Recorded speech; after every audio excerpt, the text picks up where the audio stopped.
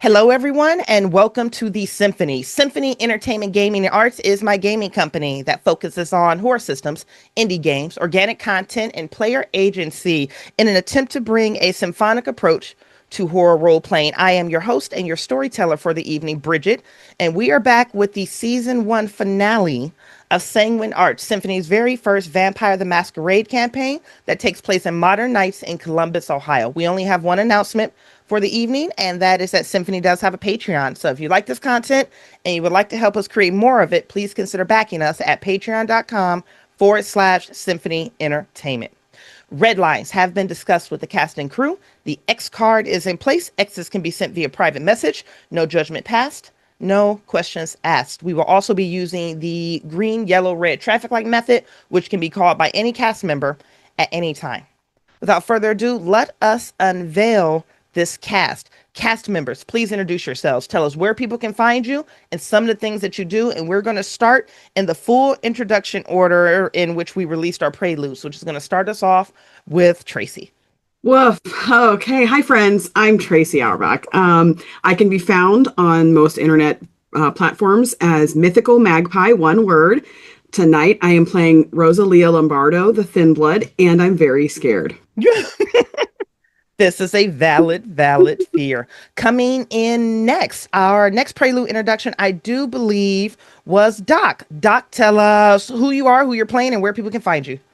Hi, everybody. I'm Doc. I can be found through my link tree, which is at Doc Bones, as well as on probably too many Discord servers at this point. I am playing Connor Rowe, the scandal of Columbus, and I'm not nervous at all. Don't read the cast group chat at all. Coming in next, Tiffanie. Hi, I'm Tiffanie. I can be found online at Color Cat Designs, where you can find my art and other goodies. And I am playing Ivy the Banu Hakim. Amazing. And to close up our coterie before we get to guest storyteller introductions, Carl. Hi, everyone. I'm Carl Lehmann. I'm the production supervisor over at actually, I'm the asset supervisor. I just stepped on Bucho's toes. I'm Asset Daddy. And over at Symphony, and I can be found on the servers over there as Fizzlemeyer. And tonight I'm playing the Kevin Mercer, the Bruja Whip. Fantastic. And the order we would do with storytellers would actually begin with Ernest, but we're still waiting for Ernest's video to come in. So actually what we're going to do is kick it over to Heinrich first. Heinrich, welcome back, and thank you so much for joining us for the finale. Please tell us who you are, where people can find you, and who you're primarily going to be portraying tonight. Thank you, Bridgett, and greetings, Symphony. My name is Heinrich Moore. I am a TTRPG community content creator. You can find me on YouTube under Heinrich Moore Presents, a channel where I share videos and thoughts on how to do what we authors do in the community content space. Today, I will be playing Celeste Reigns, the Bruja Primogen. Just as a small note, Heinrich, your rant episode, it's absolutely one of those episodes that lives in infamy and will always live in infamy on Symphony, not even just as a vampire campaign, but just pure performance genius. Absolutely incredible.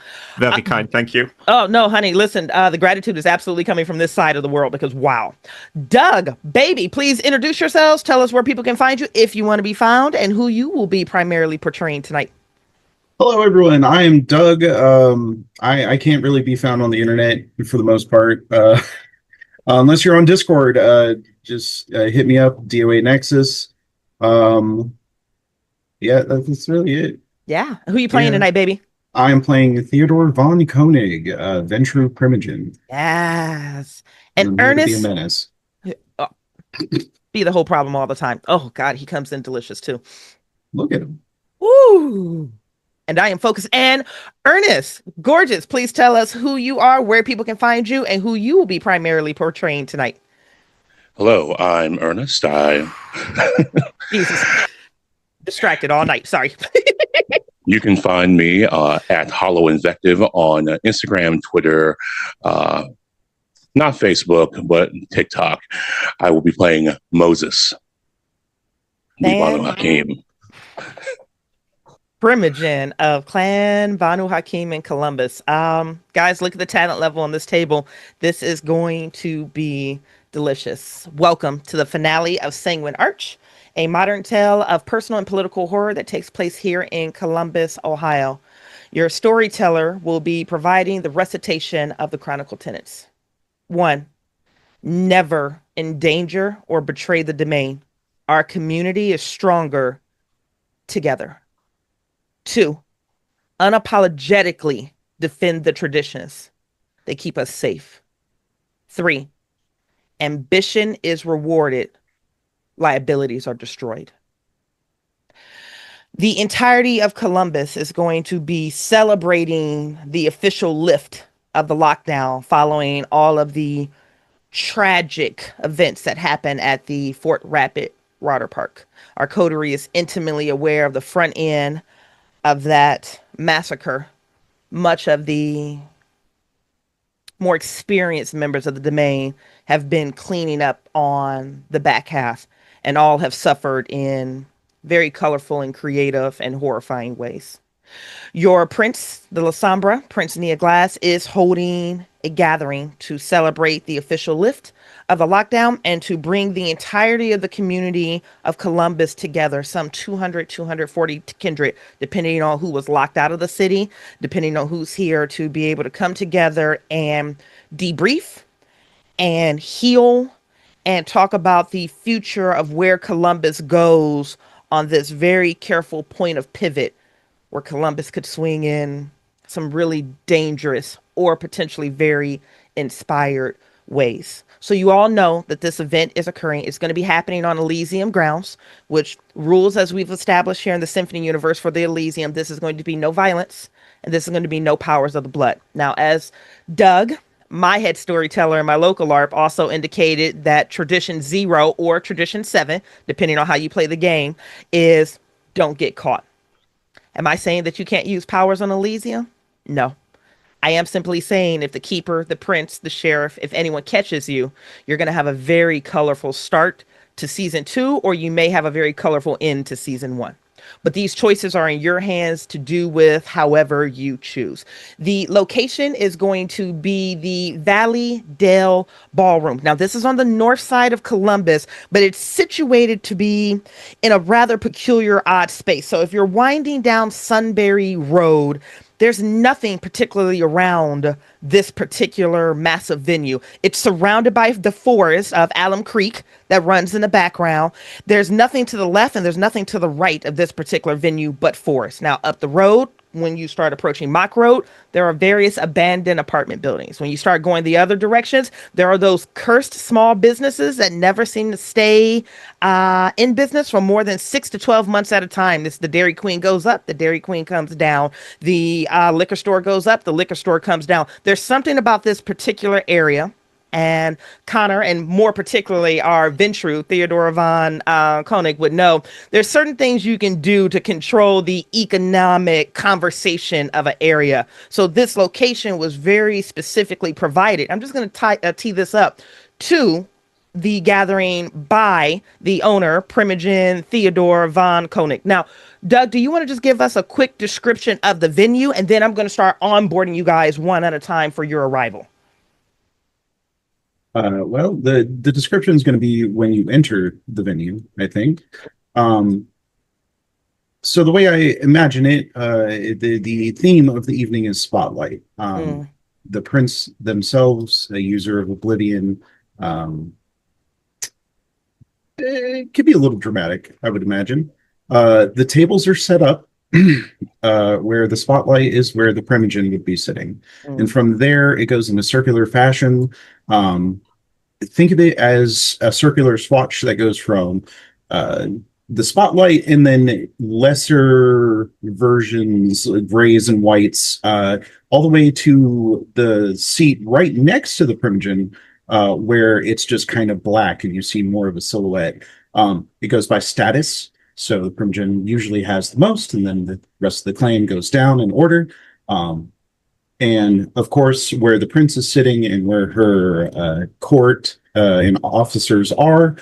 There's a spotlight on the prince, and then behind her is just silhouettes of some of the more powerful kindred in the domain. Oh, that's a stunning description. Thank you, storyteller Doug. This is a two-story venue. So as Harpy Natasha is going to be very exacting on making sure that those are seated or arranged by status, there is that second level that has a four-way surrounding balcony where individuals are, invited to spectate, hang over the side, watch, or look. So you have this two-tiered spectacle inside of the Valley Dale venue. It's a massive parking lot outside with two overhanging parking lot lights that are on a certain level of control to protect, well, this incoming gathering that's been provided. I am going to start with how you all are arriving. And just as a quick articulation, officers are required to be here first. There's going to be a very brief 45-minute prior to arrival debriefing with the prince. So I'm actually going to start with our officers who are arriving to the venue before any other kindred have arrived. And I think it's going to be a good one to start with. Oh, God, there's so much deliciousness here. I'm actually going to start with our storytellers. Moses, what does it look like? How do you look when you arrive to this venue? Moses arrives in a sleek black car. He steps out with some of his childer attending to him. No, the good ones. He is arriving in a long blue frock with black pants and shining shoes. He is carrying a string of beads and counting them as a meditation as he walks through, not talking to anyone, not acknowledging anyone unless absolutely necessary. Seeing a certain child, he gives a glare and continues to walk. Woof. I'm going to tee this over to Primogen Reigns. How does it appear? What do we see? What does the camera see when the Bruja Primogen arrives this evening? Primogen Reigns arrives in a fairly ordinary sedan. She is being driven by one of her ghouls. We see as her car approaches that a second car was following her and peels off. This contained some of her lieutenants who made sure that she would get to the venue safely. When she steps out of the car, the door, of course, opened for her by her ghoul. She is the uptight, strict physics professor that lives in all of our collective subconsciousnesses. Yeah. And she is dressed very modestly. It's almost as though her plain attire is intended to contrast with the force of personality that she brings. And the ghoul will, of course, remain behind, but Primogen Reigns will, by herself, without escort, walk into the venue. Primogen von Koenig, tell us of your arrival. Unlike the other two, he arrives in modern elegance, a Maybach pulling up. Now, one would expect that he would have some sort of driver, ghoul attendant, something like that, but that's not the case. He steps out of the driver's seat. A statement in, I don't need help. I don't need other people. He is dressed very elegantly, a simple button-up shirt, though if you were to look at it closely, it's cashmere, tailored to the bone, fit him perfectly. A tie to accompany it. The shirt is blood red, the tie is white, and he is wearing black slacks with it. Italian shoes, with the sleeves pulled up to the elbow, rolled up neatly and nicely. He clicks his alarm, beep beep, and then walks without care into the venue. When you have good storytellers, really brilliant stories roll out. Carl, Or should I correct that and say, Whip Mercer, what does your arrival look like to the Valley Dale? This may actually cause some stir depending upon how long people have been in Columbus, because the Kevin who arrives at court looks like a creature that shed its skin on the way in. For years, they blended into mortal crowds by leaning into the facade of being a perpetual college kid, restless, forgettable, hoodie clad. Tonight, that persona is wrapped in something much sharper. Their hair is sculpted into an angular, deliberate style, short at the sides and rising into a series of controlled blade-like sweeps that announce they're not here to be overlooked. And they are wearing an expertly tailored black suit that clings to his thin frame.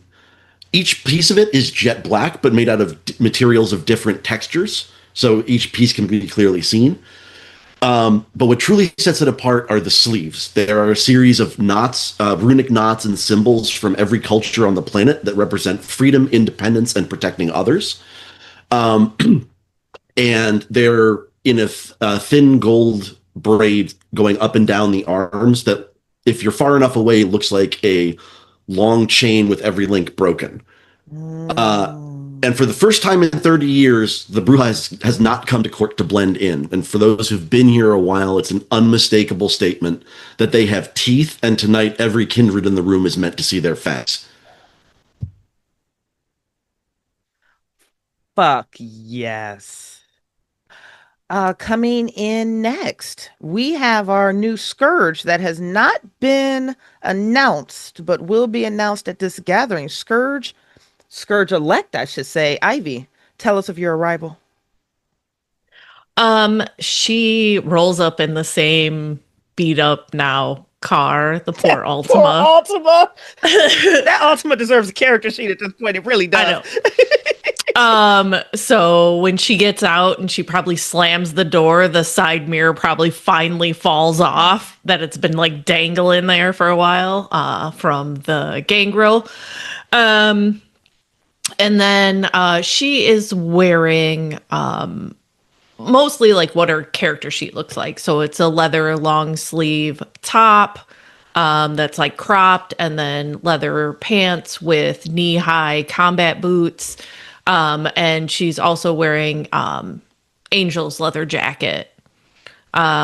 She probably is actually wearing her hair down, because most of the time when she's working, her hair's pulled up because it'll get in the way.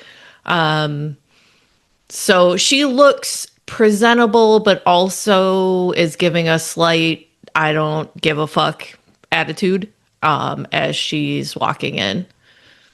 Scourge elect Ivy, I'm going to give you this absent a chop, because again, when you're dealing with this long stretch of Sunbury Road, which is a 2-lane busy-ish street, you're sitting on like the 45-mile-an-hour area, but you're just looking at forest to the left, forest to the right, forest surrounding this venue. There's just this sensation that you're being watched, but it's followed with a sensation that you're being watched by something familiar. And you watch as a shadow approaches from tree line to tree line to tree line until it breaches out of the tree line, and 2 gargantuan brown, white, and black paws land on the pavement. You don't see the rest of this Bernese mountain dog, but you know that the Amish gangrel are here. There is one last introduction that we have to do, because I have another officer that's mixed into this. And Tiffany, it comes right back to you. And I know I can't wait to hear, how does Harpy Natasha arrive of Clan Ventru?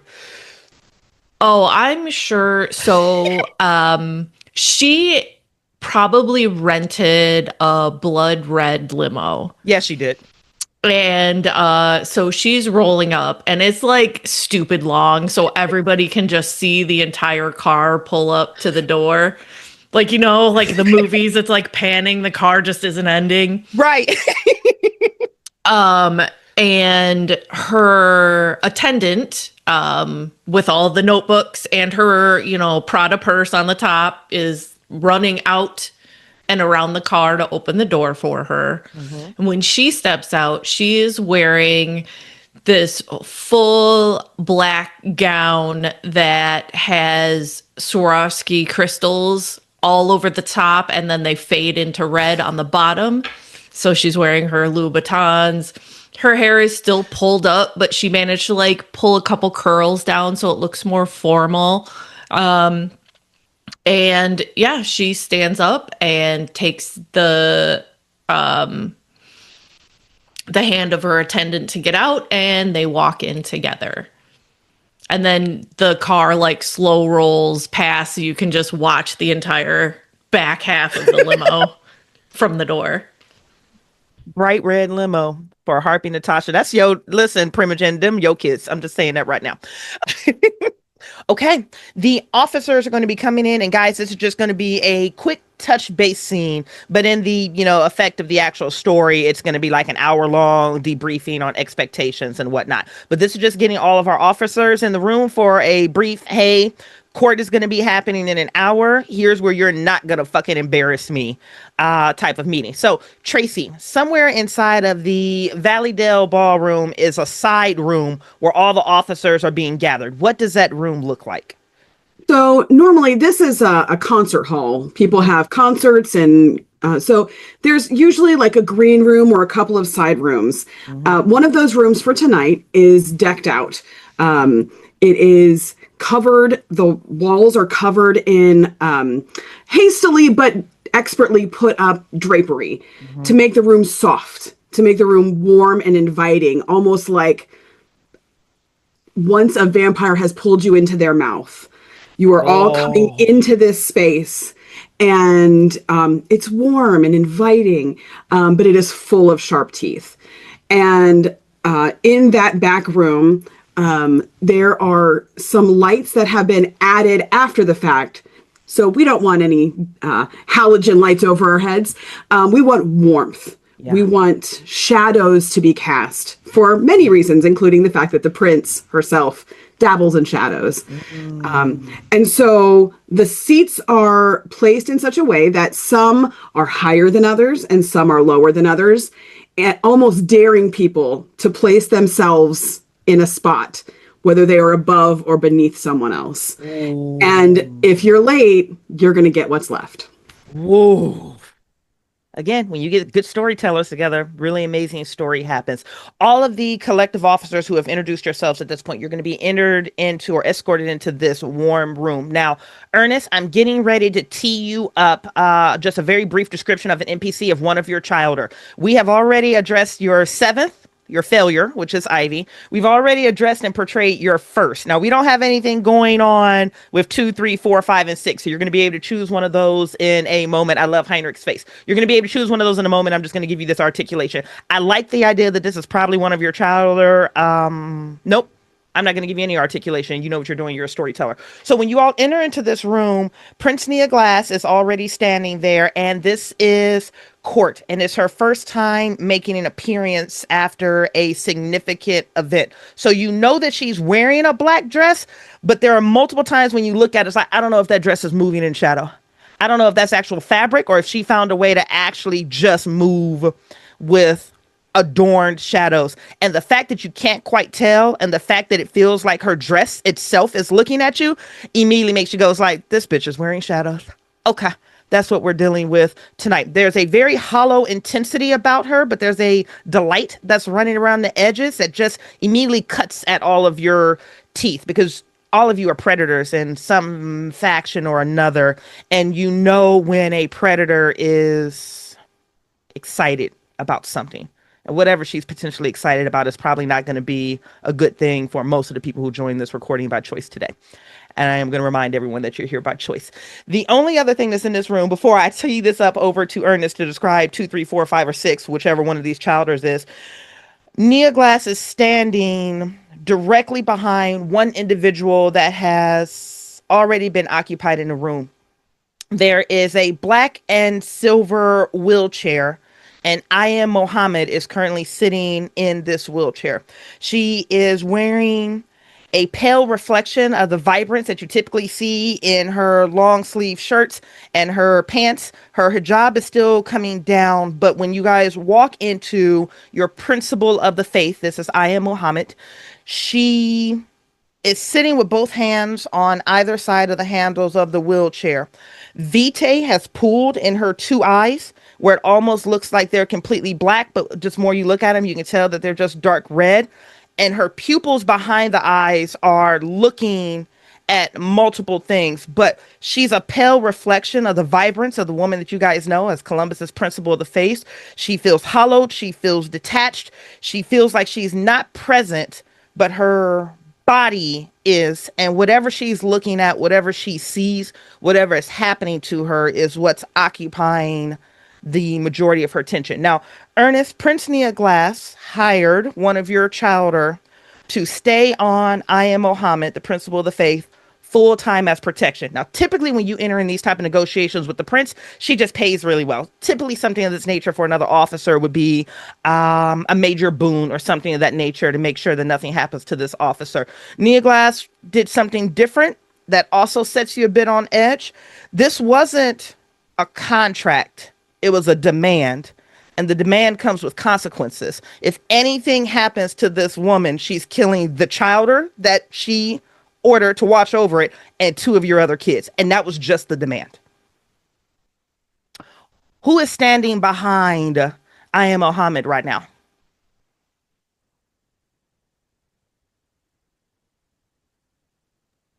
The fact that she would make such an audacious demand is already vexing. But politics are politics. The chowder stands with a poise of someone raised in expectation instead of comfort. They're straight-backed, hands folded behind them with all of their movements measured. Their wardrobe is thoughtful, has a blend of modern tailoring with subtle ancestral flourishes. Not from their home, but from mine. They have a high-collared coat with geometric embroidery at the cuffs and a sash of deep red rust with jewelry worn sparingly, each piece a symbol, each piece a statement. Immaculate grooming, hair tied back with precision. And when you meet them in the eyes, there's no arrogance, only assessment, only silence and razor-sharp wit. A scent of oud and iron clings to them at all times. Officers, I will keep this brief so that we can introduce the rest of the cast and keep this going. But just from a high visibility standpoint, Prince Nia Glass is just going to give you the expectations that if you embarrass her, she will embarrass you. And she will take from you, and she will enjoy taking from you. And everyone in this room, with the exception of a lesser, which is going to be the whip, and a special exception, which is going to be Ivy, is all 1 point bloodbound to this woman. That was the price of entry to get onto her court. It's a magnificent court, but there was a price of entry that you all accepted upon yourself. I'm just going to step out of the way very briefly and allow you guys to chatter or communicate if you want to. But she just goes through the court itinerary. We're going to do introductions. We're going to do the honoring of the traditions. We're going to do open floor. The same itinerary that you guys already have from an out-of-character standpoint that I provided to you, your scene menu. She's just going to go over that, and she's just going to set those exacting expectations. She's going to open the floor for questions. And then I'm just going to get out of the way so that you guys can cross-chatter for a little bit here before we move on to the next scene. Well, Celeste is not going to engage in chit-chat, but she will have chosen, out of all of these different heights of chair, she will have chosen the lowest, smallest one. And that is where she will be sitting, very prim and proper. And once again, it is a contrast. She had a choice of other seats. She chose this one.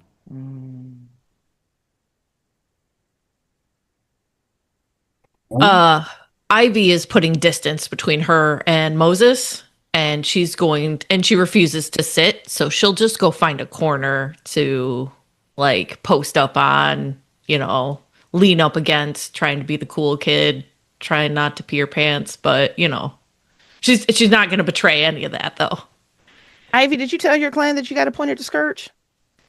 Nope. In the corner, it's lovely when they know where they belong. speaking of knowing where to belong, I believe we had established that Theodore von Koenig is one of the people who holds just as much status as the prince. So just short of her. He is going to post up where there is a spotlight for the prince to sit. And this might be a problem for Seneschal. He's going to post up to the right of her and just sit in that chair, whether the Seneschal wanted to sit there or not. And you know the beautiful thing about audacity being rewarded, Doug? This prince has deliberately chosen not to appoint a Seneschal. Oh, fantastic. Then consider this my application. When great storytellers come together. Just so we get Natasha out of the way, she is going to go up on stage and take her place near Nia because she's got to write down all of her stuff and she's got to look wonderful up there doing it. So, yeah, and she'll make her attendant stay below with all the stuff so they aren't allowed up because I imagine it's like a stage, right? Yeah, so where you are right now is actually a back room that's just hosting officers. So I'm good with like Harpy Natasha is like, and then like leaving and just getting ready to welcome the main people into the main ballroom. So that's perfect. Nope, that's perfect. She doesn't have patience anyway, so that works for me. No, yeah. No. Anyone else before we roll us for it? I think as when Celeste sits down, I'll do a quick check on Ivy just to make sure she's relatively comfortable. I know with Moses being in the room, she probably isn't, but she also probably doesn't want anyone to call that out. So I will just take my normal place slightly in the shadows to the rear and left of Celeste in case she wants to give me any instructions for the upcoming Elysium. Celeste desires to give you no instructions. Yeah, no shit.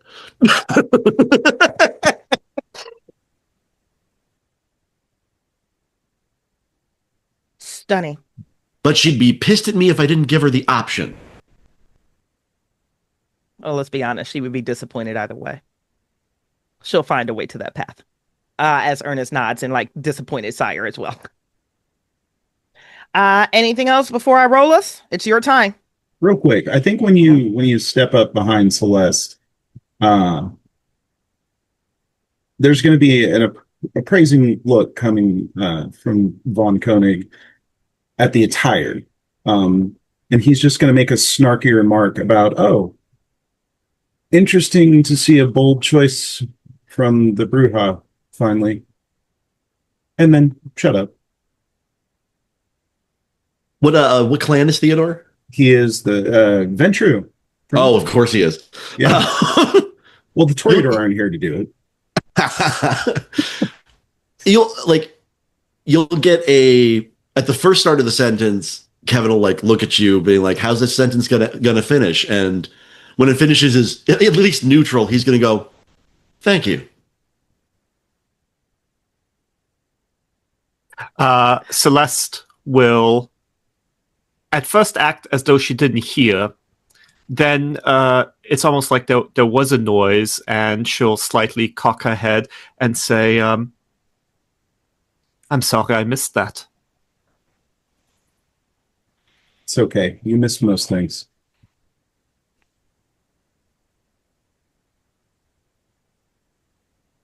I will give a knowing look to the Bruja whip. And then I'll resume my posture. Ventru on Bruja is so genre right now. And I am loving Tracey too. I am loving every moment of it. Okay.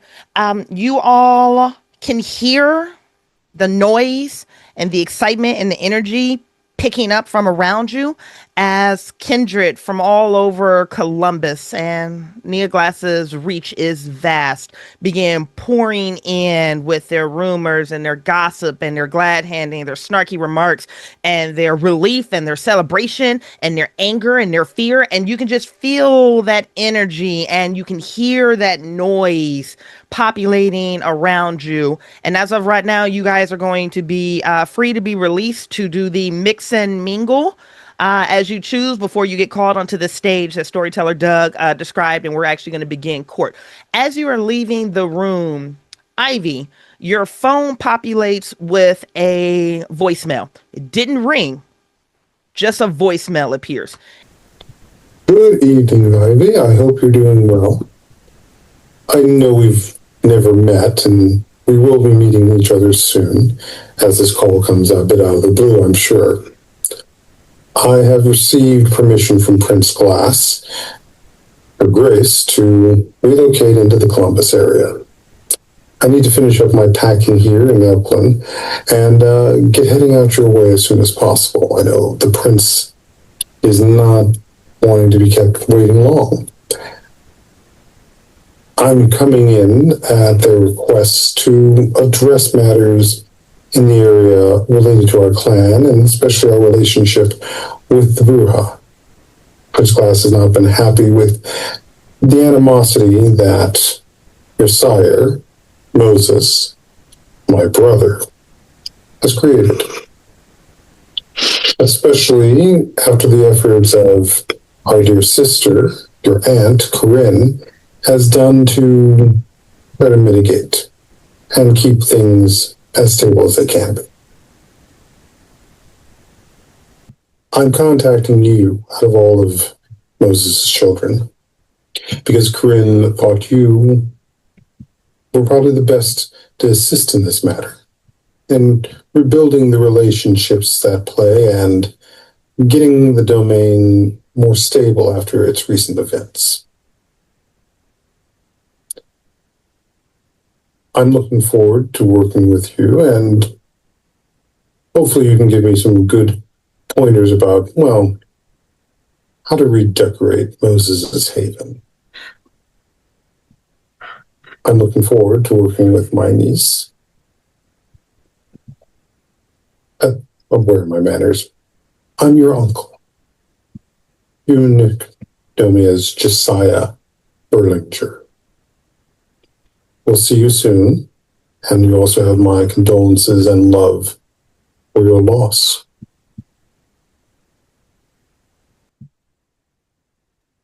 Tracey, chef's kiss. Thank you for that. Massive help. Ivy, I'm just going to keep the spotlight on you for your response to that voicemail. Well, there's probably like a touch of sadness because of him acknowledging her loss.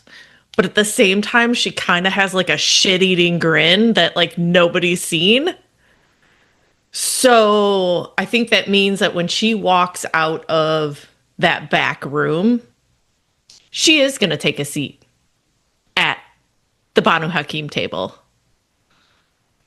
She's going to sit down. She's going to have her back up. And she's going to, she's not going to take a high seat or anything, but she's going to sit like she belongs there. There's no way I can go to other introductions and not have Ernest and Tiffany there's no way. I'm getting out the way. Oh, look. A broken clock is right twice a day. It's about time you had some self-respect.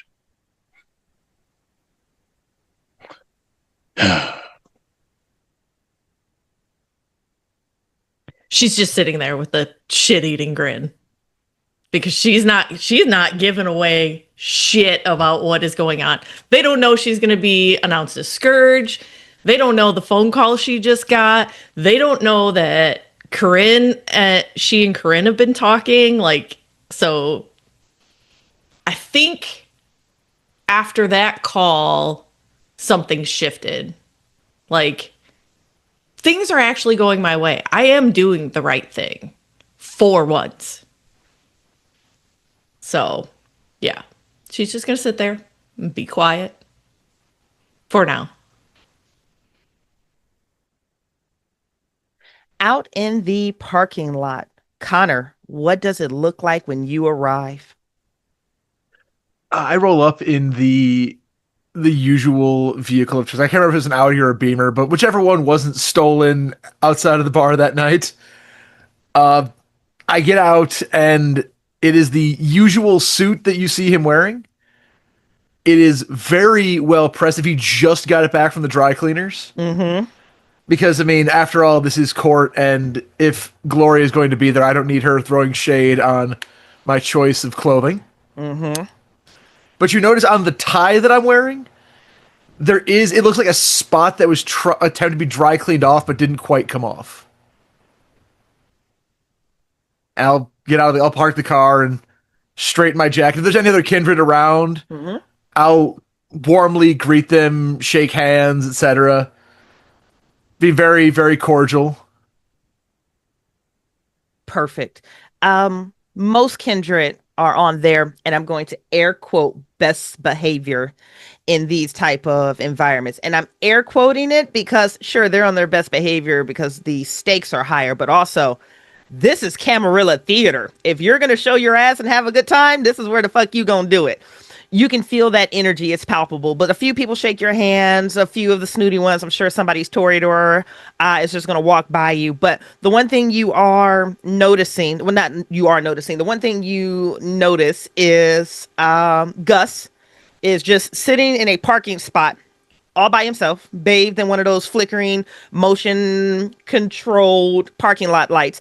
And you can just see the row of Amish gangrel standing just in the shadows, probably waiting to be the last ones in because they're on the fringes as these independent gangrel on the fringes of Prince Glass's domain. But they're making a statement that they're present.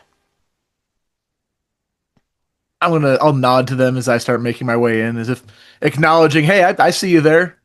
I'm glad you're here. Maybe a little wave, and if I see Gus, since Gus is obviously in the front there, I'll kind of do that little squat and go, who's a good boy? And then just keep walking. Gus looks like he's working, but there's a recognition where he at least allows one of that or some of that. But you just notice there's a stillness on this line of gangrel. But just there on the end with the tallest silhouette, you notice the dip of a straw hat. But that's it. Oh, Tracey, let's do you and Gloria. This should be good times. I will follow your lead on this one. Yes, ma'am. Let's do it. How do Gloria, how do you and Mother arrive? We arrive in probably a limousine. Definitely someone is driving us and will get out of the car. Probably one of her Ernesto is probably at home with my mom, so probably another one of her ghouls on retinue. She will get out of the car, walk around to open the door. Mother will get out first. I have been prepping, and probably even up until the last few minutes was as the car pulled up. These are the things that are expected of you. These are the things that are expected of us. And so I think as Mother is helped out of the car first, I am wearing things that I'm not used to wearing. Yeah. And I am going into a situation I have not ever been in before. And so I think in my brain, I'm going through all of the things. Don't forget your manners. Don't forget your posture. Keep your eyes up because you are my responsibility. Your acts reflect me. And she's going through all those things in her head. The ghoul probably helps her out of the car, which is also strange to her. And she stands up with the full posture of the weight of the bearing of Gloria St. John. They'll close the door behind her, and I think she has her head up, she has her back up, and she is walking behind Mother, and then she sees a furry old man under a light. And she is following in the steps behind her, and she pauses. And she looks for a moment to Gloria and looks for a moment. She could probably take just a second. And she reaches a hand out for the dog to come to her if he would be able to. She'll look around for the family that is obviously going to be with him. Looks to who is obviously going to be Jebediah Zook. And she nods her head and hopes that the dog will come and she can give him pets and scritches. Leah, you know those moments when you're moving along in life and then time stops, but it stops on multiple levels and it's almost like multiple pieces of information or experience or horror or crashing? It's one of those moments. You pause because of course you can take a moment. You can always just take a pause, but that pause immediately feels like a violation as Gloria turns and looks to you. She already has the smoke over her eyes and the hyper exaggerated eyeliner that's just giving this Malkavian a heightened sense of intensity. Her hair has been viciously tied and pulled back, and she is bathed in a very intentional purple long dress. And you turn to look at the dog and you feel the disappointment. You can feel her clothes on you at the same time. Gustavo takes 2 very comfortable steps back or forward and then back. And his hackles begin to lift as his ears pull back. And there's a standoff between Gloria and a dog over you. And she looks to you as she straightens. She's like, we don't play with animals. We don't play with animals before gathering. They don't belong here. Why they're here is still a mystery to me. But we are not going to run around in the trenches with the good boy. Yes, Mother. I'm sorry, Mother. And again, head snapped back at attention, following behind her. And I think there's a moment where she feels that feeling again for just a second, where she's part of something and not part of something. She's fully in a thing, but she's not really fully in a thing. And that sense of belonging snaps back to her full blood bond, because that is belonging. That is love. That is everything. So she snaps back and turns to follow her mother inside.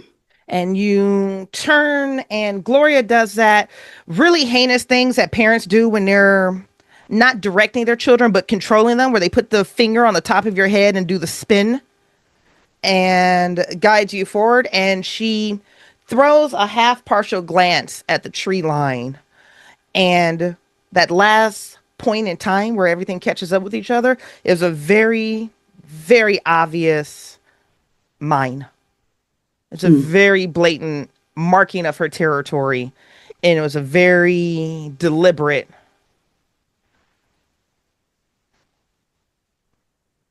And you guys head inside.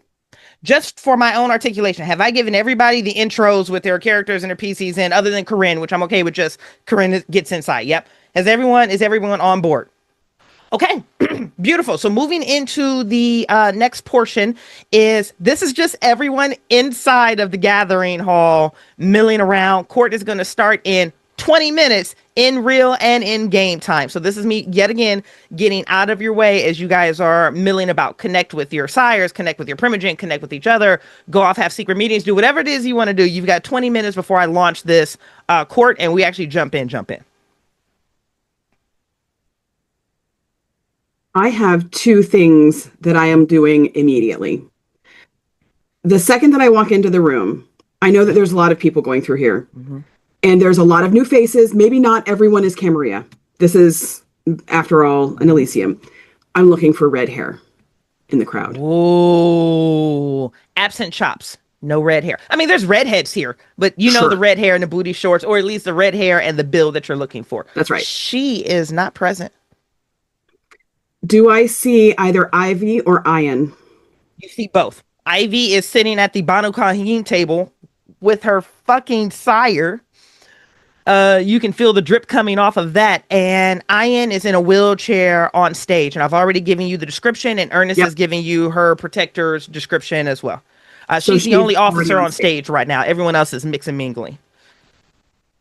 Since she is on stage, I am going to wait for just a moment. And my first decision is to make sure that Mother is all right with me going out and speaking to people and mingling and making my voice known, and promising her, of course, that I will do so on her behalf and under my best behavior.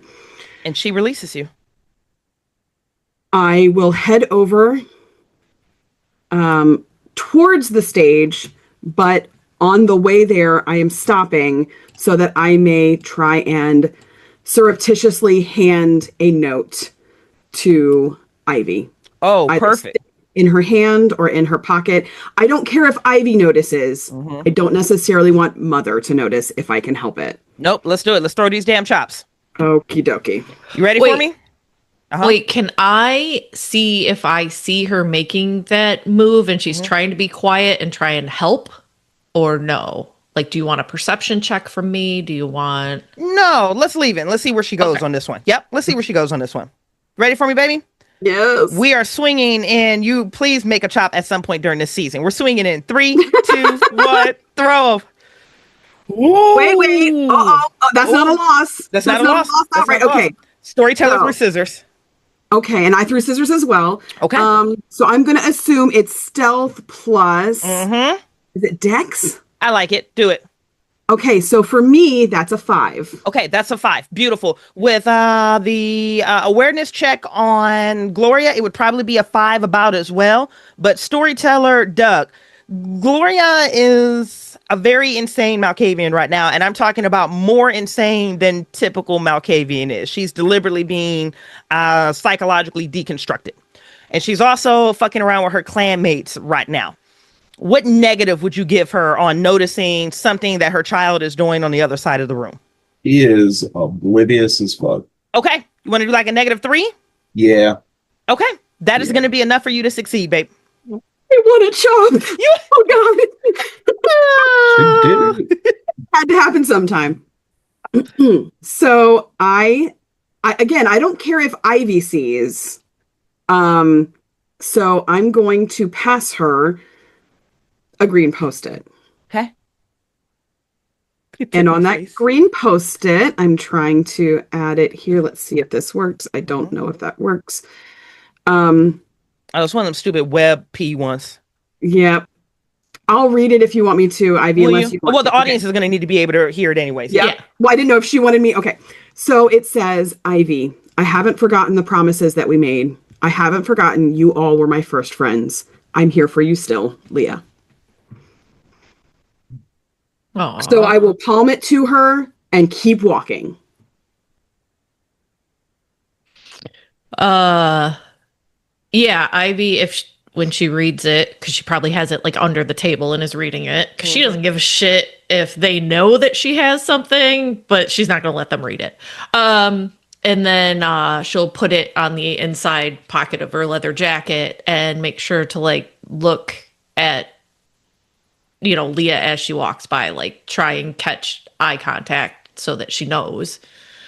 And then if she sees Connor walk in, she's going to make sure she's seen with him. What's that look like? Just give me to me briefly. If he comes into the door, she's going to stand up and push her chair in, making eye contact with Moses, and then turning and walking over to Connor. It's good to see you, Ivy. Good to see you. I just want you to know that I'm here to support you in anything that you need. I appreciate that. I was a bit surprised. I'll look around and no, I'm assuming you're telling me they're not here, storyteller, but neither of the Prims are here, it seems. They haven't arrived or haven't arrived yet. Yeah, I'll be looking around for them. Well, I appreciate that. And I'll give Ivy a little squeeze on the shoulder. And I'm here for you as well. And I'll kind of like, as I say this, quickly shoot my eyes over to Leah walking. Not saying it in words, but saying like, yeah.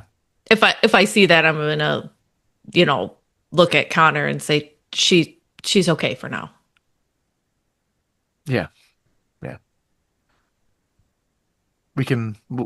We'll do our best.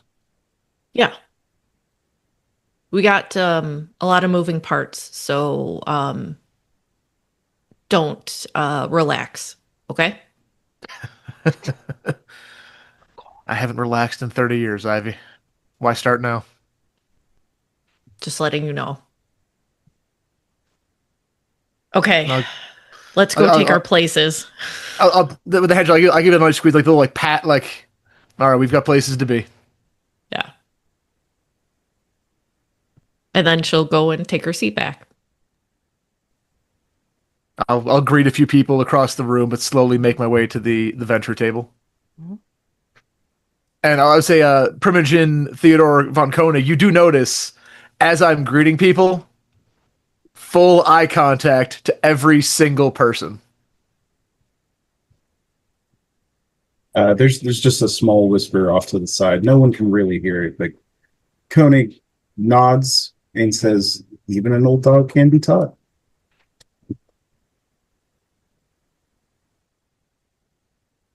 How are things at the Bruja table? Or are they even doing the table thing right now? I get the feeling the Bruja table is more of a bunch of standing tables. Oh, I like the high tops. Yeah, that feels good for them. The high tops to mill around at. The collection of high tops, that feels good for them. And I think Kevin's just moving through and I personally don't necessarily know what a whip does on a day-to-day basis, but I understand they're kind of the go-between between Primogen and like the clan. So he's basically just moving through and trying to get the lay of the crowd and pick up on concerns and that sort of thing. Mm-hmm. Just kind of glad handing, but a little bit more aggressive because Bruja. Celeste is now just standing there. Occasionally, other Bruja and other kindred will come up to her and whisper something in her ear, and she will nod or shake her head as appropriate, and then they will depart.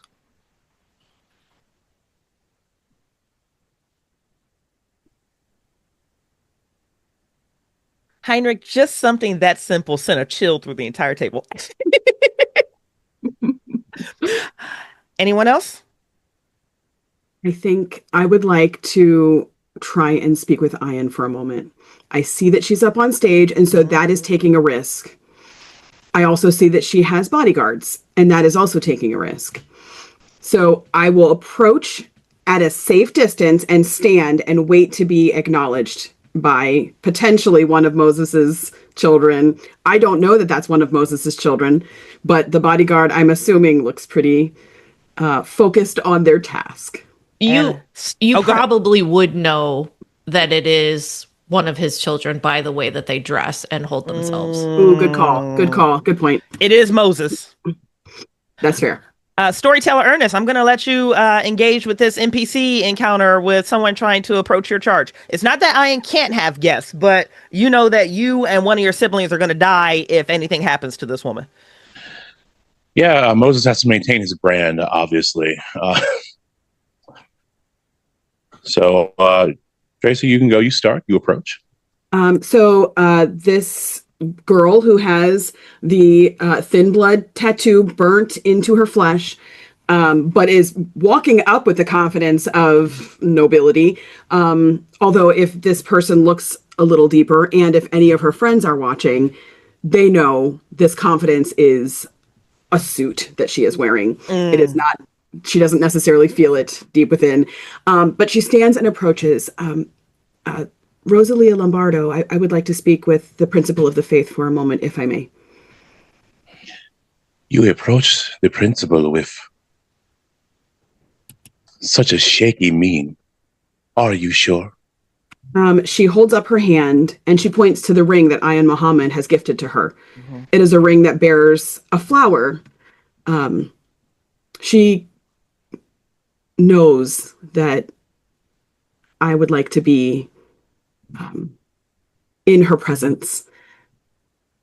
A gift for a gift.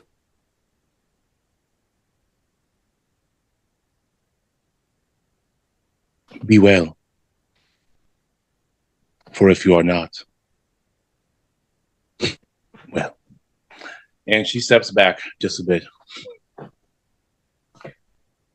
And literally, she still breathes. So she takes, I think, a breath that she didn't realize she was holding. And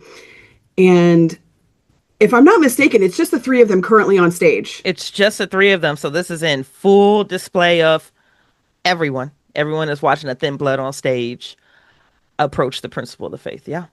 And so I will move myself in such a way that I am not blocking the people's visions of her, because if I do that, I could it could be seen that I am doing something to her that other people can't see. I just want to present myself just a little off to the side. But if she is unable to look up at me, I will do something that is probably not going to make Mother very happy, and I will kneel in front of her so that she and I can talk. Oh, I just want immediate impressions from the primogen. Just the quick 3, 4, 5 second just response. If you're either watching this or it's in your periphery or someone points it out to you that the stem blood is just kneeled before the principal of the face on stage. I'll start with our Ventru primogen. Just emotional response. Is it disgust? Is it curiosity? Is it annoyance? It's a thin blood kneeling. That's exactly where they belong. Check. Attracts. Bruja primogen. I think Celeste's head will turn in that direction, and she will visibly be watching what's going on. I'm curious, if an individual comes to give you some type of report, do you allow it or do you shoo them away while you're watching? Someone else will shoo them away.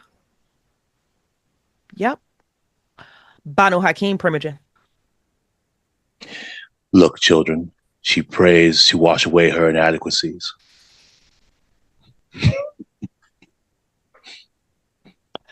Ivy, you kneel, and you can tell that Ian is almost like Tiffany's face.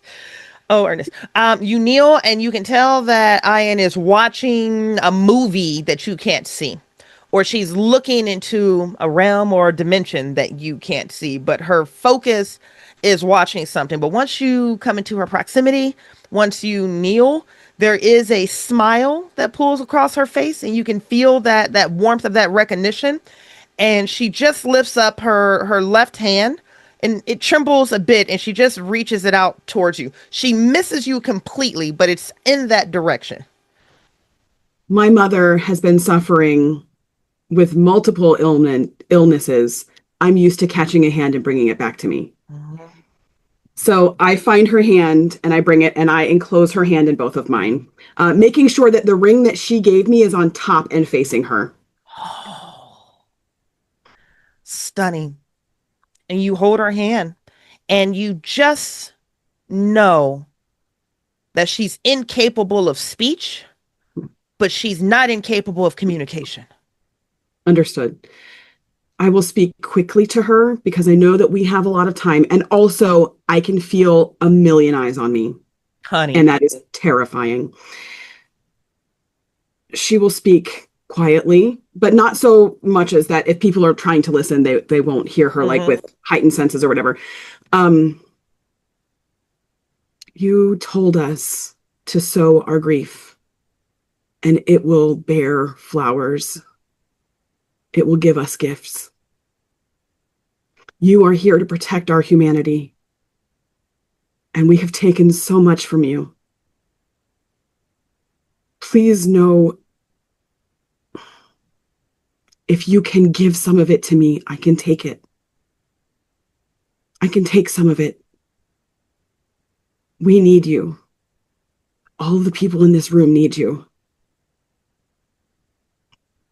But we can't keep taking without you giving something away. Give me some of the grief. I can hold it. I know now how. Someone needs to hold you. Sorry. No, that was my apologies. Tracey, this is a storytelling realm that you excel in. So versus teeing this up to another storyteller, I'm just going to throw you into the storyteller seat and keep it. She can't speak. She can't communicate. And you do know that she has powers and abilities that aren't necessarily defined by a page in the By Night Studios book. Mm-hmm. What does it feel like when she does allow a portion of that grief to transfer from her to you? And just to give you the clarity, the Red Room at the Red Rapids Park, you guys got a piece of this in the last recording, though. In the last recording, several individuals went into that room to try to save the people that were there or to try to investigate what happened. And the intensity of that oblivion and whatever this thin blood is doing killed 3 of them. And there were a small handful that were able to get pulled out of the room. And she's been trying to put Humpty Dumpty back together again. So she's I'm not going to say cursed. I'm not going to say she's infected, but she is displaced in a way where she's fighting to hold on to the humanity and the souls of these people while also maintaining her own. So she's in this weird space. And I'll just tell you, storyteller Tracey, what she's seen into is what happens beyond the red. And that's the weight that she has to carry to try to save these few people that she pulled out. Is she just has to witness what's beyond the red. You don't have to describe what's beyond the red. I think it's more horrifying if the viewers do that to themselves based on the description of what they saw at Fort Rapids Water Park. But that's where she's trapped in right now. She's staring down the face of an event horizon. She can't look away, but she can transfer some of that grief. What does that look like? I don't know how much we have said on screen, so I'm going to be as vague as I can. Some of what she can do can only be done if someone is willing. If anyone else, if she had tried to force it on someone else, it wouldn't have worked. But I think with the hands clasped and the connection that they have, she knows that Leah means what she says. She's willing to house and body some of that pain. And in the last few weeks, and even months at this point, Leah has been able to disassociate in some ways. She's able to compartmentalize. But I think the full face of what that looks like once it hits Leah is probably, for a moment, really bad. It is just a wall of pain. And I think it would have to show an incredible amount of strength for Ayan Muhammad to only give her a portion and not just let it flood out of her and into something else. It would take an immense amount of strength to not just give her everything. But because of who Ayan Muhammad is, she can. She will. And so initially, Leah is just faced with the things she's been afraid of because she stood outside that door and snuck past it and knew if she went into that room, they would all die. And Ayan has seen past that. And so now all of the horror is just kind of coming to her in a quick flash scene all at once. I don't even know that she can fully hold on to it like in a thought, but it's in there. And for just a moment, she is overcome by all of the feeling and all of the pain and the terror and the torture. And on top of that, Leah knows that the person who made her did that. And there is grief, and there is pain and terror and horror. And underneath all of that, she knows that this is a blessing and a gift she's giving back to Ayan. And so she takes it. And she will just hold her hands and look up at her and say, thank you. The most that she's able to return to you in this moment for everything that you've relieved her of is just a shaking grasp onto your hand. She will kind of give her hand another set of squeezes and then let go and place it back in her lap.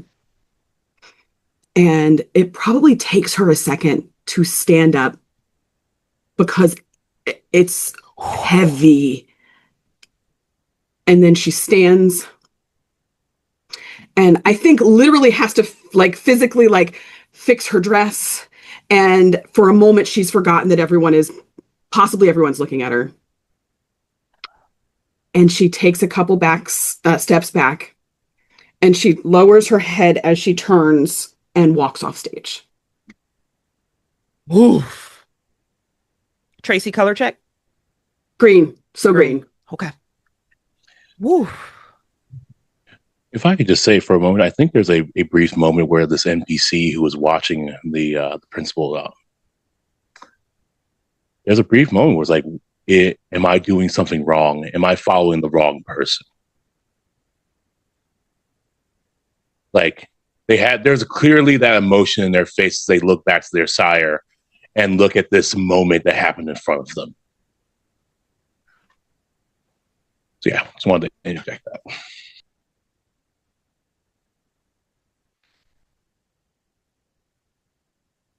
When you assemble strong storytellers, you get strong story. Tiffanie, is there anything else from the floor that you guys want to do? Scenes with each other, anything else really fast? I think I almost don't want to touch that. That was too strong to actually follow behind. Okay. Tiffanie, are you ready as Harpy Natasha to just basically call everyone to order, which is just you bringing everyone to attention and announcing that quarters begin? Are you ready for that? Yeah.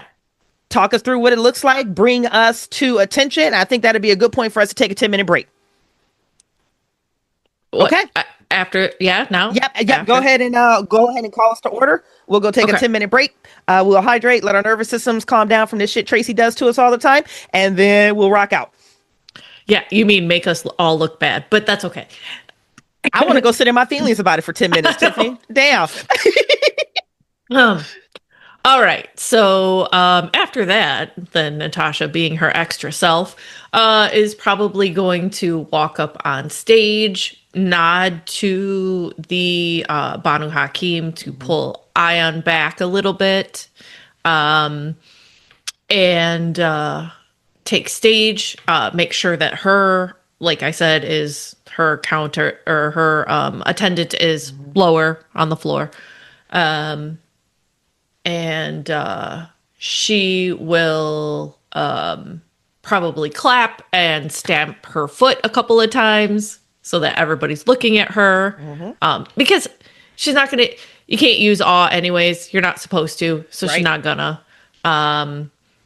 And she will stand straight and make sure everybody's looking at her. So there's silence.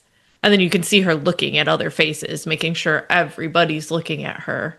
And if somebody isn't, she looks over at them, looks down at her attendant, make sure they're writing down, what they owe. Trivial for this asshole in the back still having a conversation. Trivial. Right. Find out their name because they're too low for me to know, but trivial. And then once everything's silent and she lets it sit for way longer than it should be because, why? And then she looks out and she says, all right, everybody's paying attention now? Okay. Court is now in session. I would like to introduce our prince, Nia Glass. Make sure everybody is looking and everybody is paying attention. I do not want to hear a sound. And then she will clap her hands twice again and walk off stage. And Nia Glass ascends to the stage. And that symphony is where we are going to take a brief break as cast. We will be back after this very brief commercial break, and then we're going to start back with the court. Woof. I think it's going to be a colorful one, guys. Mwah. We'll see you in 10.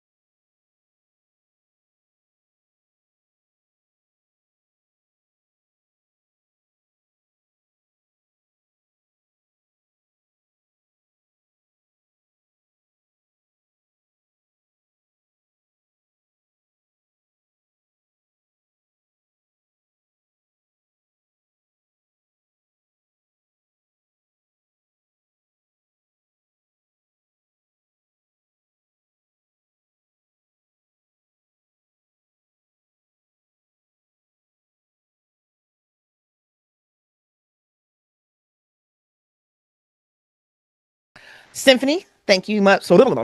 Symphony, thank you so much for the break. We are back. Prince Nia Glass, adorned in a dress that moves on her like water, or I should re-articulate, moves on her like shadows, addresses you here in the audience. She addresses the entirety of the Columbus domain. As always, we begin our courts with the introduction of officers. I have been so beautifully introduced by our harpy. In the absence of a seneschal, I move to my Primogen Council.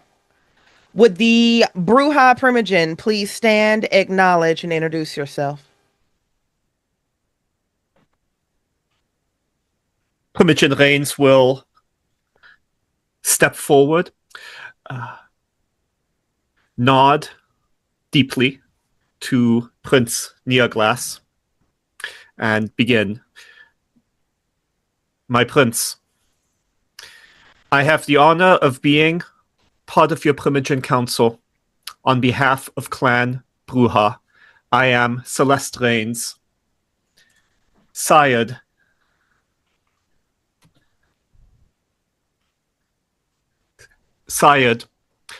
by David Fox. Consistent with your request, I have instructed the thralls and retainers of Clan Bruja to lift the lockdown of Columbus. I have passed instructions, and the bus terminals, security at the international airport, the random safety checks on the I-70, 71, 270, and 670, as well as the sobriety checks on Route 40, have all ceased. We await further developments, my prince. And then she stops. That's an abbreviated version of a much longer dialogue that she gives, because she will go into quite a bit of detail on the number of checks that have been lifted. And I think to many kindred in the room, it will sound incredibly dull and almost spreadsheet-like. But what anyone paying attention will gather from this introduction is two things. One, Clan Bruja has bulked up. Perhaps it is thanks to a whip. That may be the implication. But the number of ghouls or otherwise converted kine that would be required for this is massive. The second thing that kindred paying attention will gather is that while Clan Bruja has pulled down these protections, they can clearly go up just as quickly. Whoa.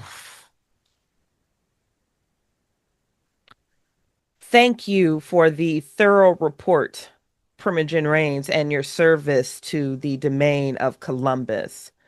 May I re-articulate one singular point. The lockdown is now lifted.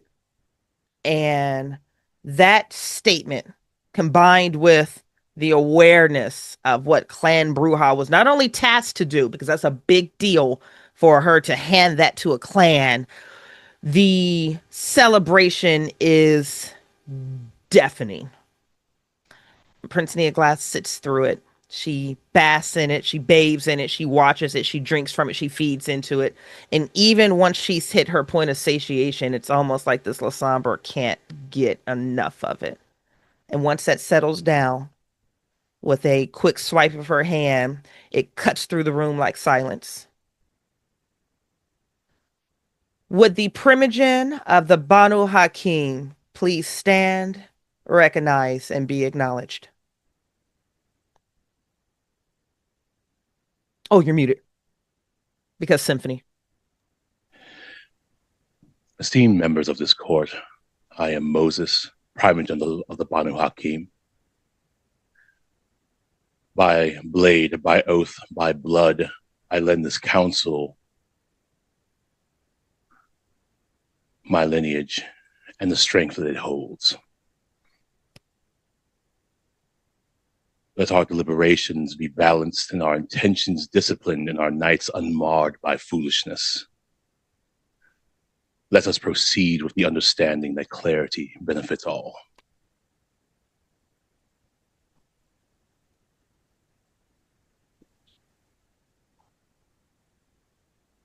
Unmarred by foolishness is absolutely going to be my new hashtag for the rest of 2025.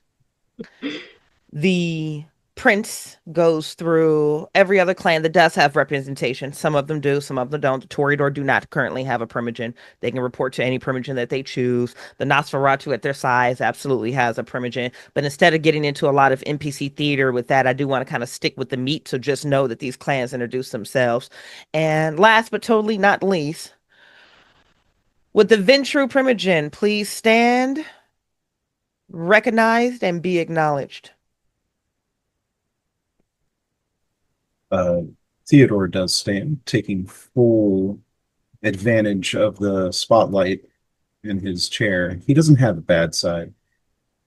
He is that classic Eastern European beauty that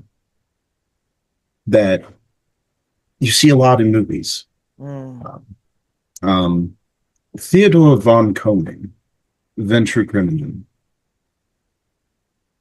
I will not waste the court's time with flowered words. People know who I am. And he sits down.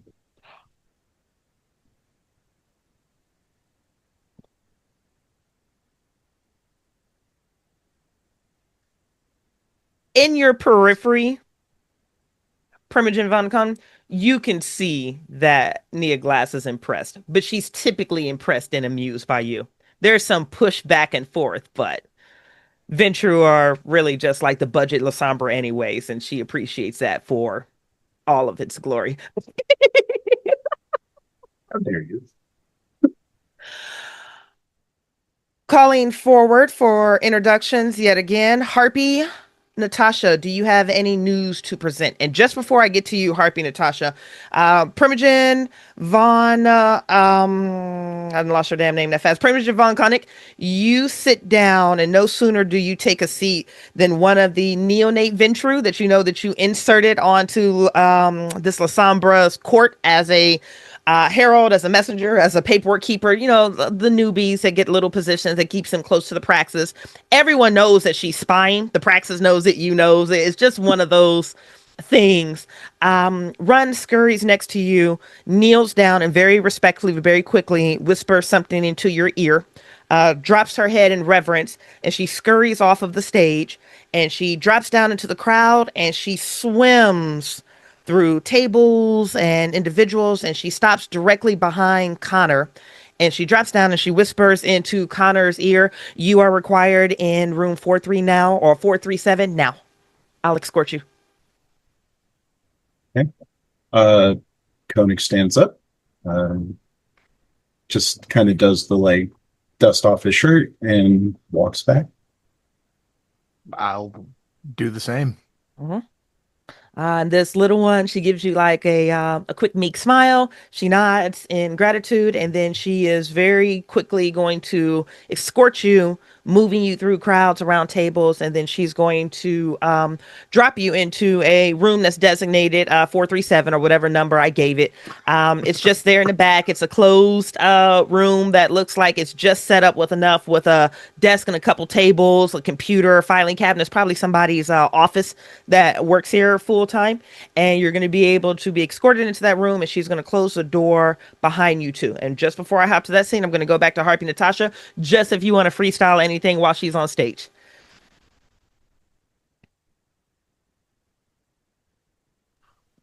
Okay, I wasn't prepared for that. Sorry. Oh, of course not. You got to love Bridgett and the damn surprise. Sorry. Oh, what she's gonna do is she's actually going to gesture for her attendant to come up on stage and hand her the big red book. Uh-oh. and she's going to open it and flip through pages, and she's going to start reading all the new boons and status strips and whatever anybody has gotten in the last week. Oh, God. So just really fast, and then I'm going to jump over to this other scene with Connor and his privilege, but I can only imagine that this is like a highly coveted event just because they know that Harpy Natasha does these red book readings every once in a while.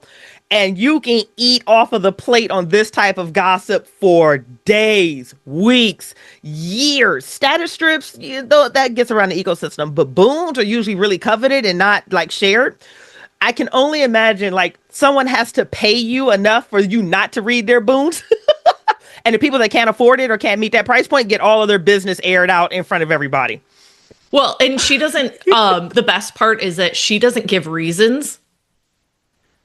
Like, so people just have to sit and gossip and speculate why this person owes this person, or why they owe her, or oh my God. Yeah. So she just reads them like boon from this person to this person, or and does not give reasons or any explanation. That's so goddamn good, Tiffany. That's next level petty, and that takes some time as you go through the entire week the entire week's worth of Madam Adams, Clan Toreador, Life Boon, ode to Celeste Reigns, and da da da da da da da. It's just that's some good shit. The door closes behind you, Primogen von Koenig and Connor Rowe. The Harpy won't be on stage long, so you don't have long, but you have enough time to have this conversation. All due respect, sir, what's happening? Well, I thought about our little conversation that we had during the clan meeting. And I decided, at great personal, say, risk and cost, that you were getting acknowledged. At least you'll have to defend. Oh, sorry.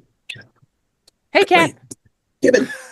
The cat wants to be acknowledged too. I got attacked. There's that break in the tension right there. Sorry. The cat's going to get acknowledged before Connor. You weren't kidding about the personal risk, man. Gangrel, the Gangrel are there, run! The Gangrel are there, yeah. The Amish attack. The Amish attack, yeah. Sorry, guys. You're good. You're good. We all got him. You're fine. Yeah. Anyway, so at great personal risk and cost, you will be getting acknowledged, or at least you will be defending your acknowledgement this evening.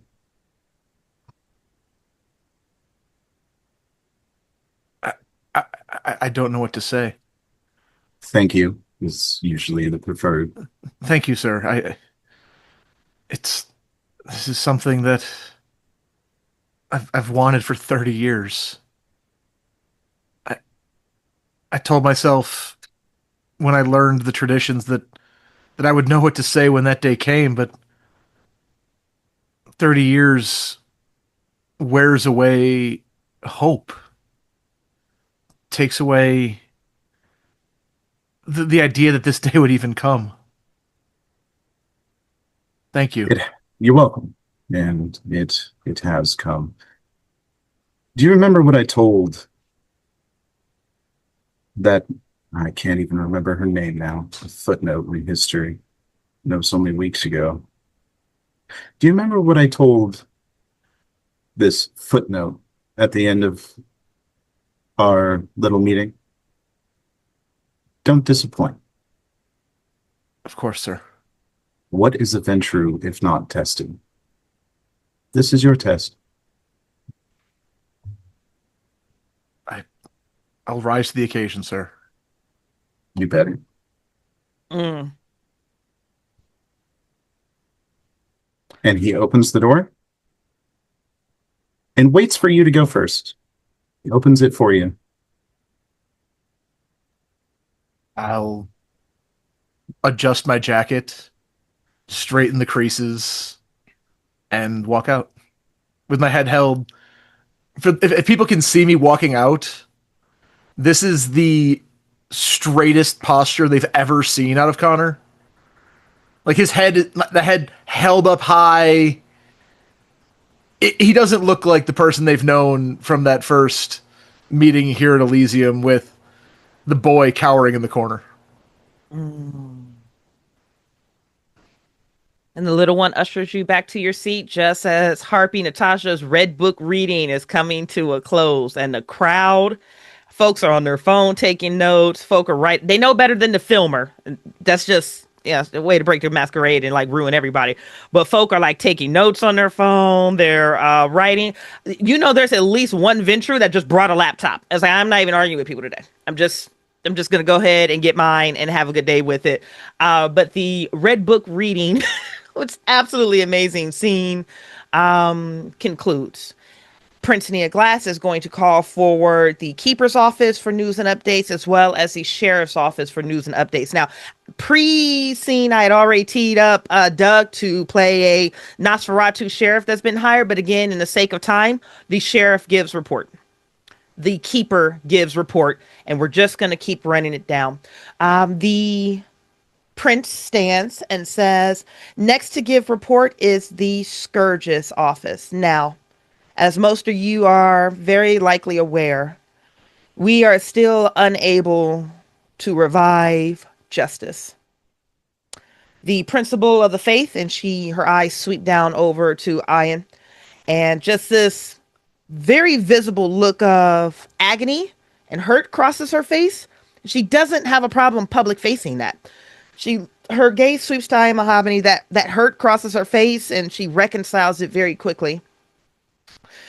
Our principal of the faith, Ian Muhammad, is doing everything in her capacity to the furthest reaches of her capacity to save Justice and the other three that were evacuated from Fort Rapids once they entered that room. Unable to fulfill his duties, another kindred of the domain stepped forward with an inspired idea to take occupation of this office.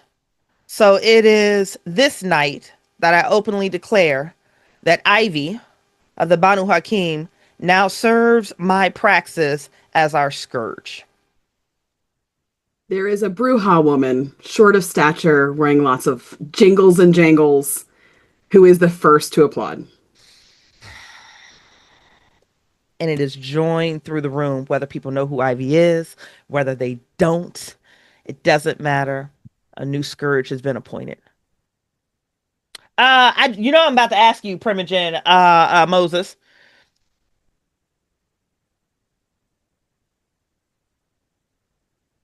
Oh, you're muted and it's about to be sexy. I know it is. Moses removes his glasses, looks about the room, looks to his childer, looks to them as if they are failures for not forewarning me of this.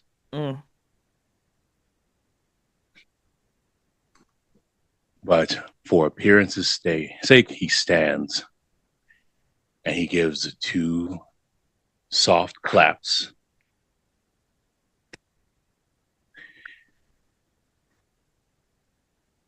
May judgment be seen and done.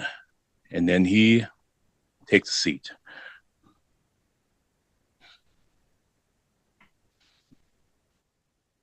Coterie, I'm curious, how do you guys respond? Because I don't think you guys even knew.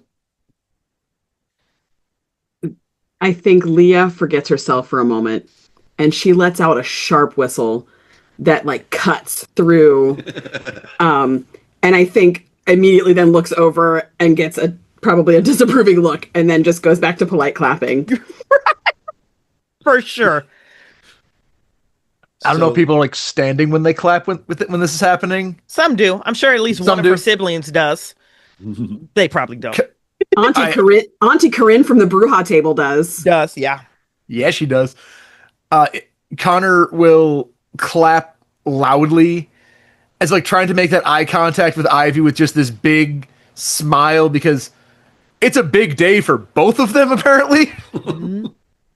and she doesn't know that, but and when I hear the loud shrill whistle cutting through, he will stand up and keep clapping. There's no he's here to celebrate this, not to be put down because, Gloria's watching. Oh, fuck Gloria. And then eventually we'll straight his coat and sit. Kevin, as the only one who did know this was coming, is just gonna be standing there. He's not clapping, but he'll clap if it's part of the expectation. But in general, he'll be like golf clapping. But as Ivy kind of scans the crowd, it is impossible to miss the absolute shit-eating grin he has on his face. And Ivy, you've just been officially announced as Scourge. She will stand and look around and wait for, the applause to die down, because that's a little bit of a shock. And she'll look at everyone and say, I do not think that I would ever replace Justice. He has done a wonderful job. He is a great man. But I hope that I can do as well, and that you can all count on me as you do him. We need someone in this position to get this city under control. Then she'll sit. There's another round of polite, enthusiastic, scornful clapping that happens throughout the entire room. And that dies down and everyone hears. The best way I can describe this is a song of clapping where there's a beat, there's a melody. If you're not paying attention, it just sounds like clapping. But if you are paying attention, or you have the ability to pay attention, you can almost hear a songful, mournful, but celebration call and response in the clapping after everything dies down. And it immediately captures the attention of the entire room, and the entirety of the room, both levels, turns, and across that very back wall on the second level in the shadows. Well, it's the spotlight game, according to Doug. So they're not quite in shadows, but the back of this event, where the lowest of the low are, is every single one of those Amish gangrel singing to you by way of clapping. You take your seat, and Prince Nia Glass continues. She acknowledges the space held for the principle of the faith. And she just asks for a moment of silence in recognition of what I Am Muhammad is suffering. And that silence is acknowledged. After that, she immediately moves to her Prince updates and news, particular from her office. So this is everything from some high level visibility that I'm not going to sit up here and role play for the sake of time, but you get news on the domain, you get news on foreign policy, things that she's hearing from abroad. She does open face to the entirety of the domain that she's notified the Justicars about the incident in Fort Rapids. She notifies the domain that they can expect the entrance of Archons. These are agents from the Justicars that are going to be traveling to the domain to collect reports, perspective, and look into the Fort Rapids incident with a little bit more scrutiny. Now, this can swing to scandalous because she did what? This can swing to, wow, she's being that transparent with what's going on.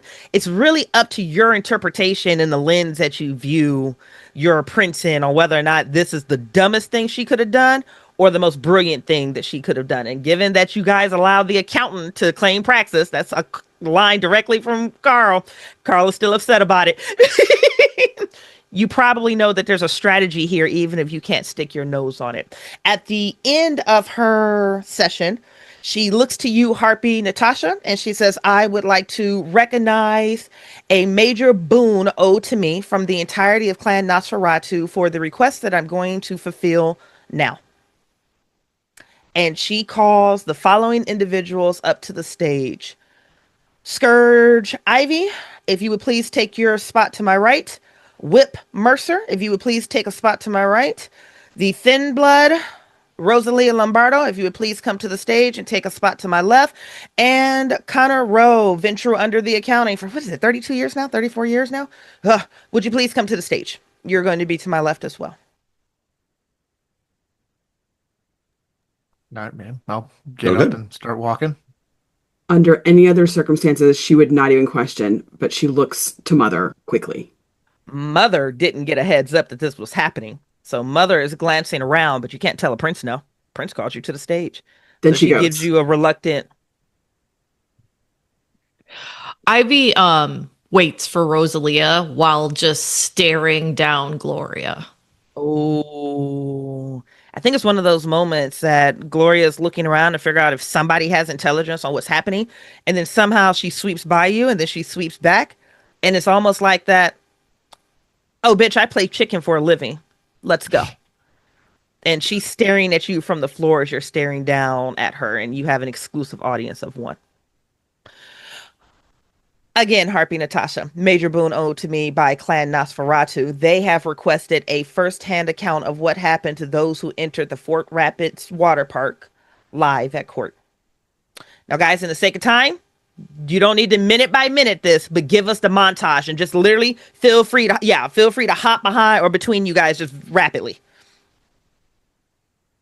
Like they wanted to know like what we saw like as we went in. Okay. Yep. They don't want it from secondhand reports. They wanted it public faced, and they leveraged a major against a major against the Prince to allow her to do it this way. Okay. Ivy's gonna start with the reason that they went in. So when they pulled up, because this was Justice's last known whereabouts, she immediately spotted his car. He tried to hide it. She spotted it. And she wanted to proceed into there. And then explained that once we got in, some of the nonsense with some of the Thin Bloods and all of that. And then describe some of the fights before we got to the door. Now she will explain specifically her part as far as like the door is concerned and why they didn't go in. She was given forewarning. She doesn't know really from who, though she does, but she's not gonna, out Look them. at you lying to the entire domain of Columbus. I'm proud of you. That's how this game is played. Seventh tradition. Right, don't get caught. Yeah, that she was forewarned about that door. So in order to keep everyone with her and everybody that they could save alive, they avoided that door. And in saying so, she's going to also glance over at Ian and, acknowledge that she is humbled and incredibly thankful that she decided to take that upon herself. And then describe the meat room where we found Justice and everything. Yeah. And then leave it for everybody else to describe what anything they want of it. I think as we go along, Kevin will just support Ivy's description with like a little bit more like of the environmental details and some of the lore-based things that the average person might not know. But she seems to be, she's Scourge, so she is charging ahead. So he'll just be speaking in support of her and filling in a couple of details as they come up. Let me ask a quick question. How are we standing? Are we all standing up next to each other, or are we flanking the Prince on either side? Flanking the Prince on either side, and she has the two officers on one side and the two nothings on the other. So no. respect where respect's given. Like we ain't earned shit. So normally, instinctively, Leah wants to reach for the bottom of Connor's jacket. And I think she might scoot a little closer to him. And again, if she were a vampire, a real vampire, she wouldn't need to breathe. Her nervous system wouldn't be working.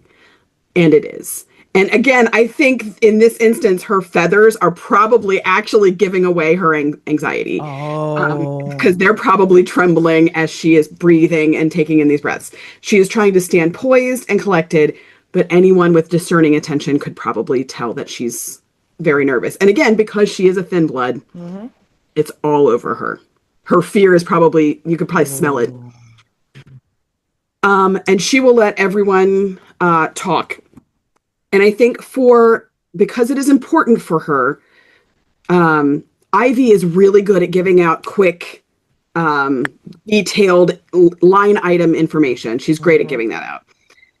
One of the things that stuck with her was the humanity of it, or the lack of humanity of it.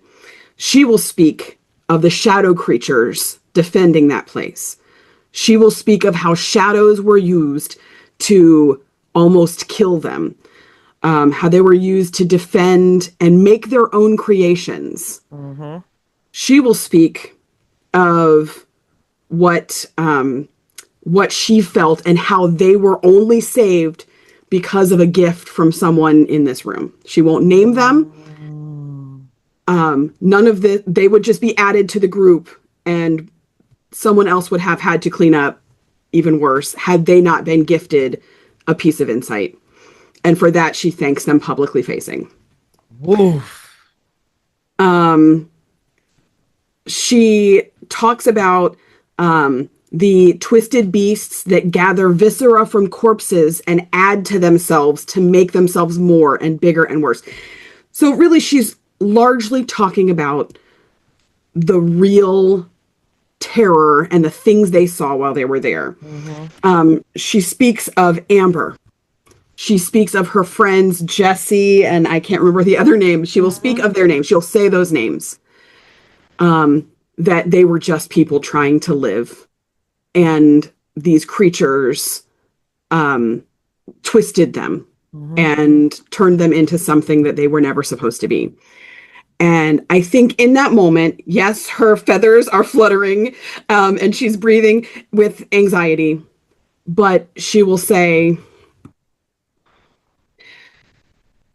I know I shouldn't be here. I was promised either to Clan Ventru or Clan Malkavian. That was my future. Eliza Morning took my future. She made these people. She is part of what is wrong and what is harming this domain. Let her name be said by me.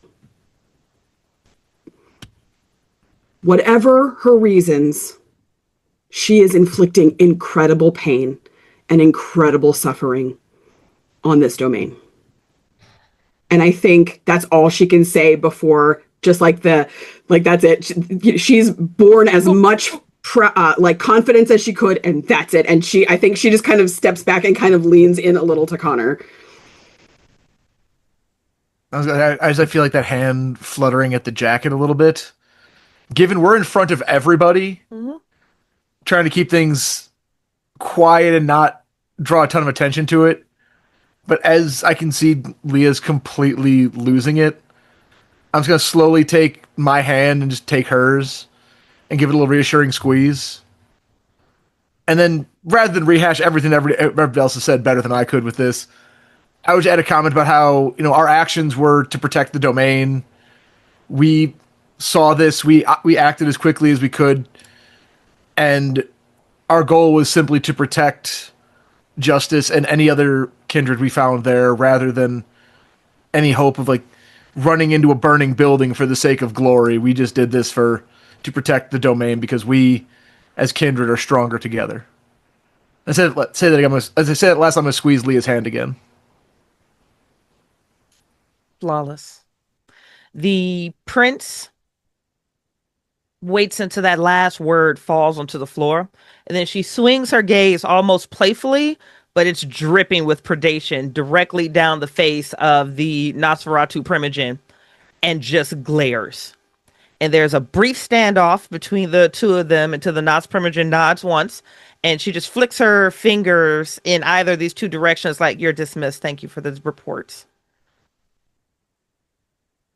And Leah will quickly let go of Connor's hand because she doesn't want him to get in trouble. She doesn't want to get in trouble. And will head down the stairs back over to Mother. Mm-hmm. The second you sit down, Mother gathers both of your hands into hers and just kind of holds your hands reassuringly and groundingly into her lap. She's proud.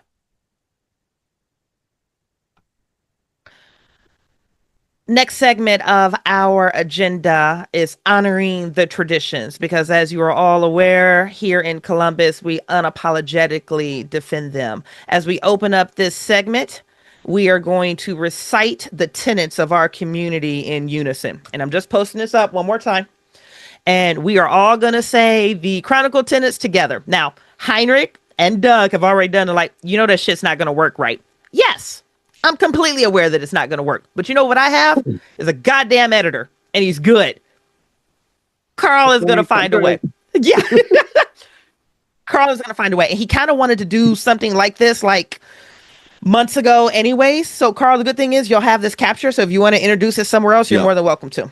So guys, I'm just going to count down for 3 and then we're going to recite these damn traditions together. I'm not going to do a number. We're just going to read. It doesn't have to be aligned. It's probably going to sound better if we are all over the place. Just tolerate the cacophony and we'll rock out. Ready?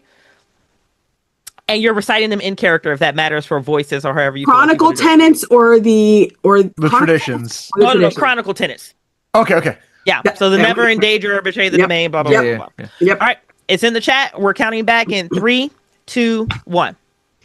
Never endanger or betray the domain. Community is stronger together. Unapologetically keep us safe. Ambition rewarded. Abilities are destroyed. Abilities are destroyed.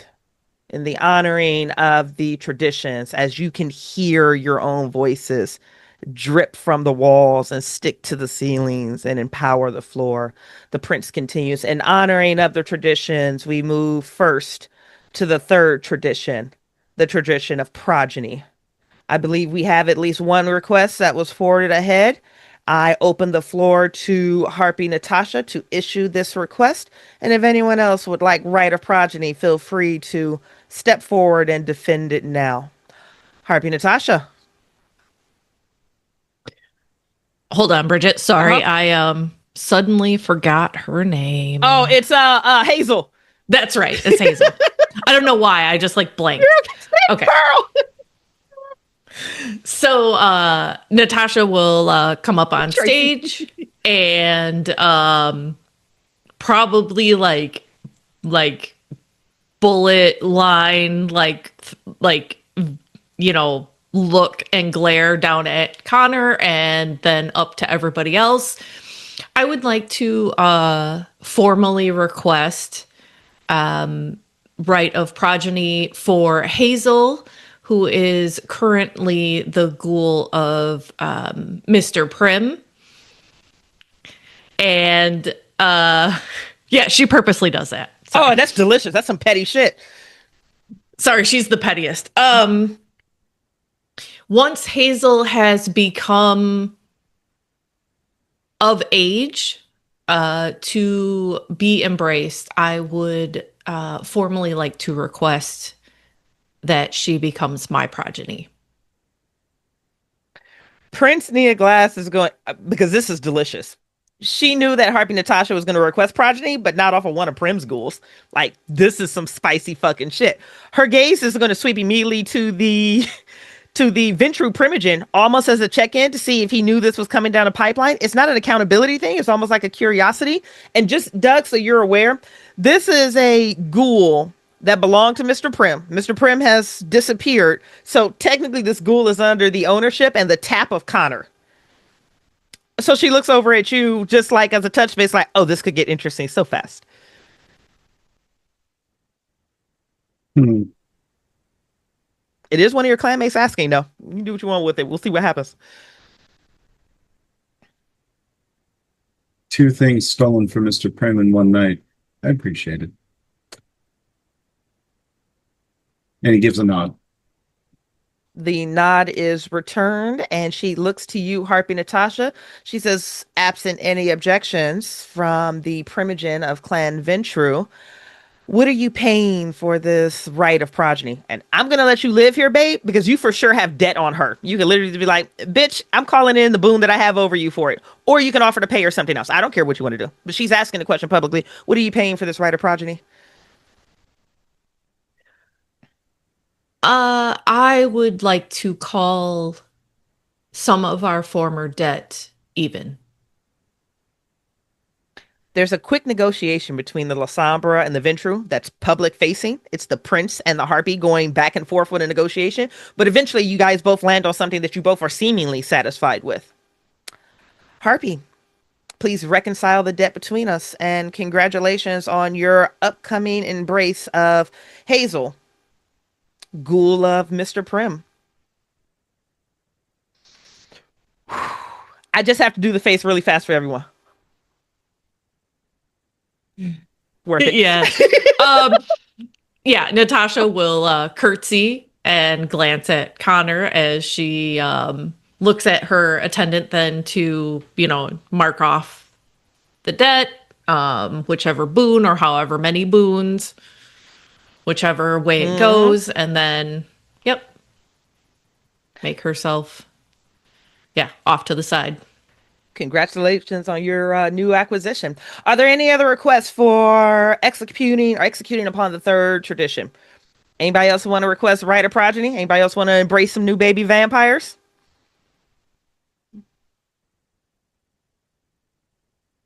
I was kind of hoping Moses would, but I'm just gonna. I love it. I love it that he's not. I love that he's not. But there's a part of me that's just like Ernest should step aside. Well, since my kids ain't shit, I'm gonna go get some new ones. You have to clean house before you bring in new furniture.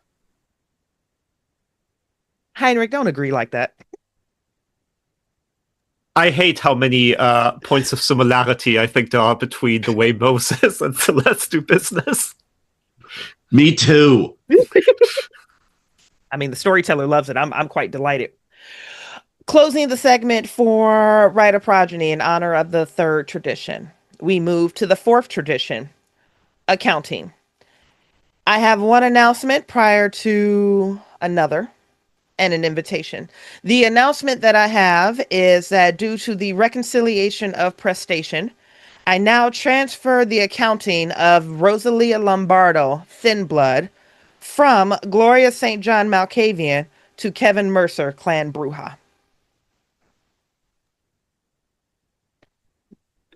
That silence is the response that cuts through the crowd.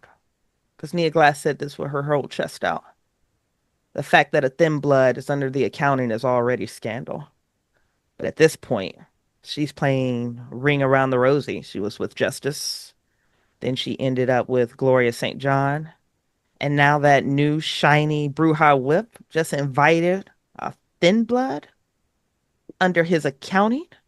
I'm going to do a round table on responses because this is a significant event that has just been announced.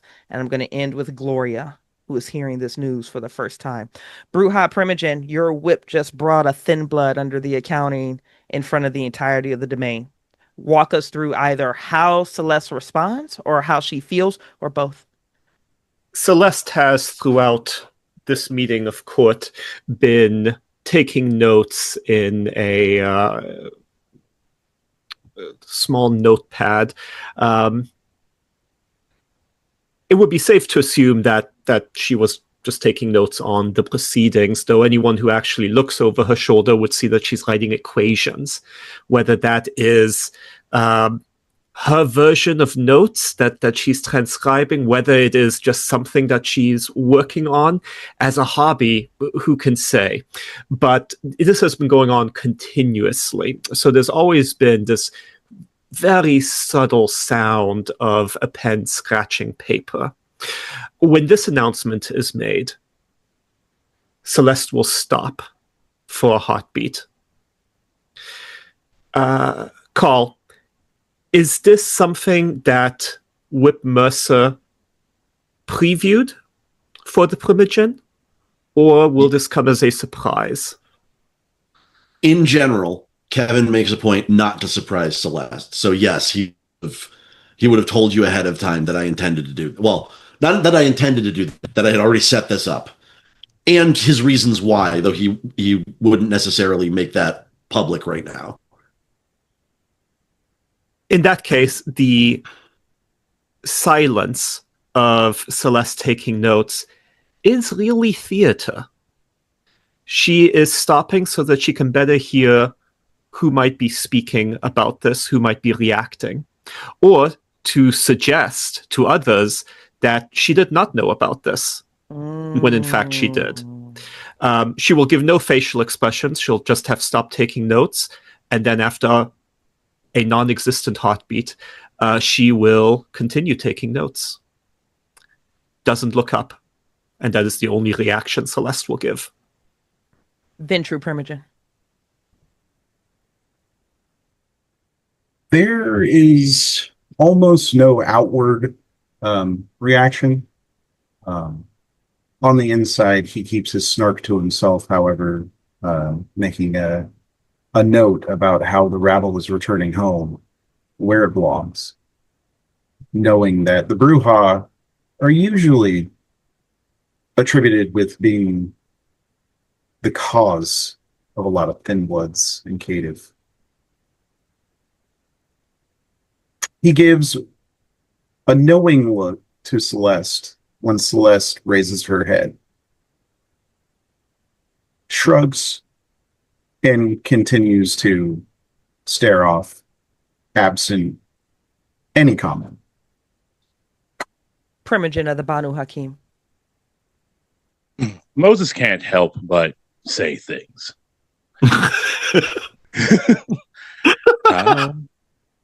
How deliciously Montessori. It takes a village to make it a real thing.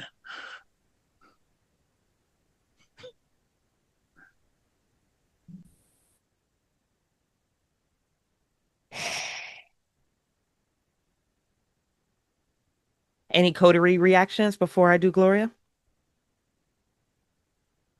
I would try to make eye contact with Leah, and without saying anything, I'm still losing it from Ernest's comment there, but I would kind of give her this look of like, try to pass on the like, we're going to help you. You're going to be safe. And I know she's going to say back, I am safe. Everything is fine. I'm with Mother. But it's that look that she gave to me as we were leaving the meeting with Cardinal. Because one thing that she said to me is still rattling in the back of my head. See yourself how we see you. And I want to give her that same that look back without saying it. Ivy? Would love to say that she saw that. I'm sure somewhere in her brain she did.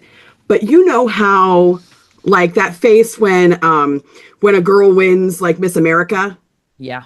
There's just a moment where you're just like, I don't know what's happening. Are people looking at me, my face? What am I doing? What's happening? And I think she's probably taking in a lot of information right now. But I don't think she's going to be able to process it in that moment. Probably later. But right now, I think she is in shock. Literal shock. And right now, her hands are being so lovingly clasped in her previous accounter's lap. Ivy, I'll let you close it off before I jump in with Gloria. She just has like a slight smirk on her face as she like leans back in her chair, like, yeah, we ain't shit, I guess.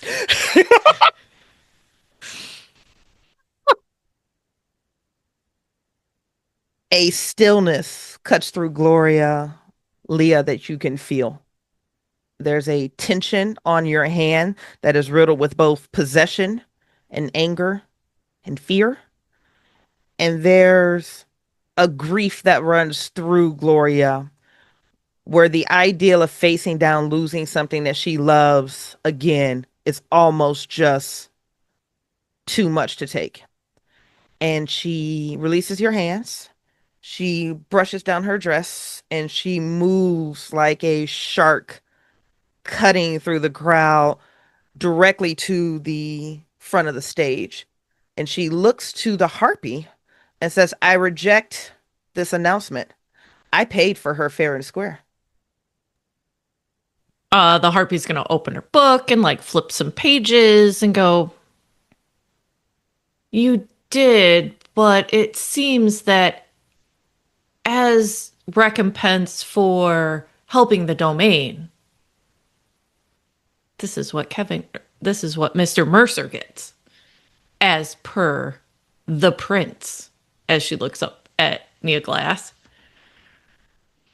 And Gloria looks directly at the prince. Don't do this. This is a bad call. You know this is a bad call. That's not where she belongs. You and I discussed this. This is not what Edmund would have wanted. This isn't what I want. You can't take her from me. Mother, please. Out of character for her, she will shout at the woman who she is bound to fully. She was present when someone lost themselves at an event not dissimilar to this. And she was present when they took her head. She screams for her mother to stop. So Ivy's just looking at Gloria and just giving her that shit-eating grin. Like, fucking do it. Fucking go. Go. Do it. But she's not going to say it. And this gets into a fun position where I'm going to tee up one of my volunteer storytellers. I can't role play with myself. I mean, I can. I do all the time. But it's not good theater for me to role play with myself in this situation. So Doug, Heinrich, or Ernest, you guys have seen enough from the La Sombra. Does anybody want the prince right now? I'm going to come in hot. Oh, it got quiet between the storytellers. Well, like I'm kind of torn because I haven't seen the prince very much. That's okay. Okay. You know what? Ernest, you want to argue with me? You can start stripping status. You can shut me down. It's Elysium, but you're also the prince. You want to go at me? Oh, shit, you're muted, of course. Sure. Okay. So the last thing I just screamed is like, you can't take her from me. I think that you should keep your house in better arrears, Gloria. And also watch yourself. We had an agreement. We had an agreement. Remember where you are. A good mother keeps her composure. Yes? And she frenzies.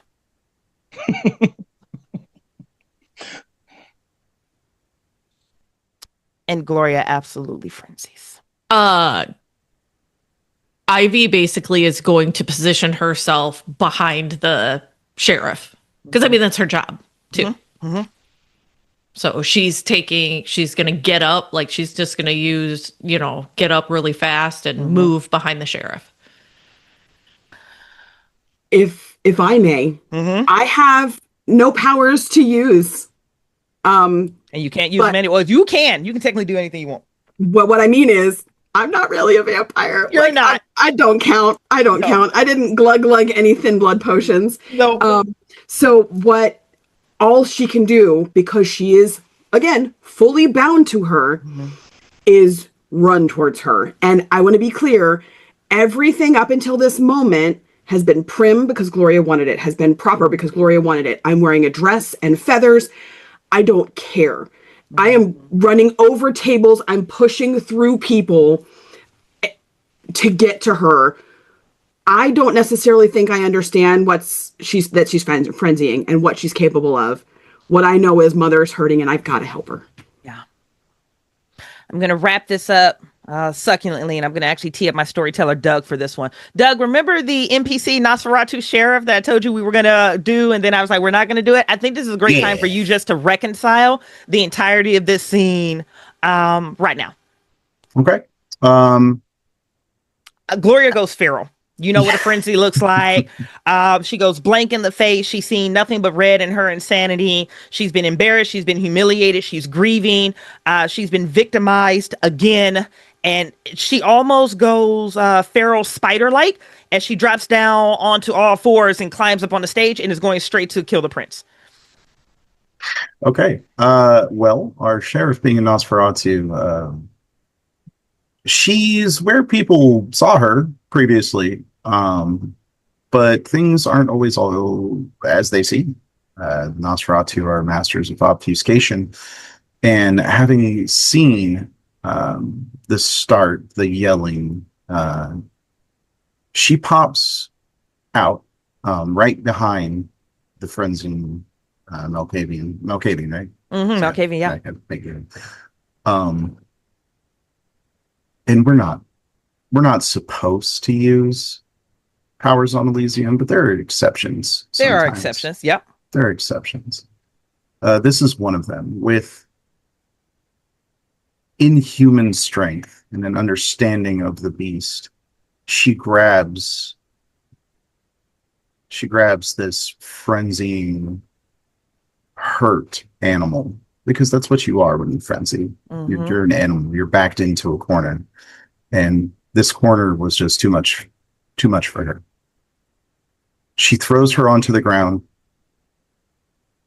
and presses her forehead into I'm sorry, what's her name again? I forgot. Gloria. Gloria. She presses her forehead into Gloria's, inches from teeth, claws scraping at air, trying to gain any sort of leverage from the ironclad strength of a Nosferatu holding her down.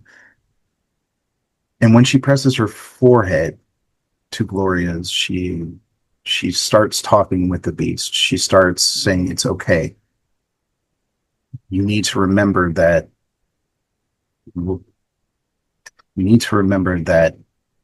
even bad things might have good results. And she just talks the beast down. And it takes a minute, two, but eventually the beast recedes and Gloria regains control. And tears of blood start streaming down her face. And most of the court, maybe the prince, especially, most of the court can't hear anything, but the prince being so close probably can. The sheriff is sharing in this grief to calm the beast, talking about something that happened in her life right before she was embraced and how she lost her daughter. Not in the same way, but she lost her. And it's going to be okay because she's still here and she can be in good hands. That was a beautiful articulation, by the way, Doug. Great storytelling. Really great storytelling. When the beast is silenced, the entire room is just filled with the grief-stricken wails of Gloria as she is pulled and escorted off stage. At some point, Rosalia, you are stopped from following, and the prince looks at you, and she just points her finger over at Kevin. She goes, "Oh, no. You belong to him now." Yes, Your Grace. And she takes just a moment to watch them carry off her protector, her mother's protector. And she turns to a familiar face and seeks him out in the crowd and goes and stands by him.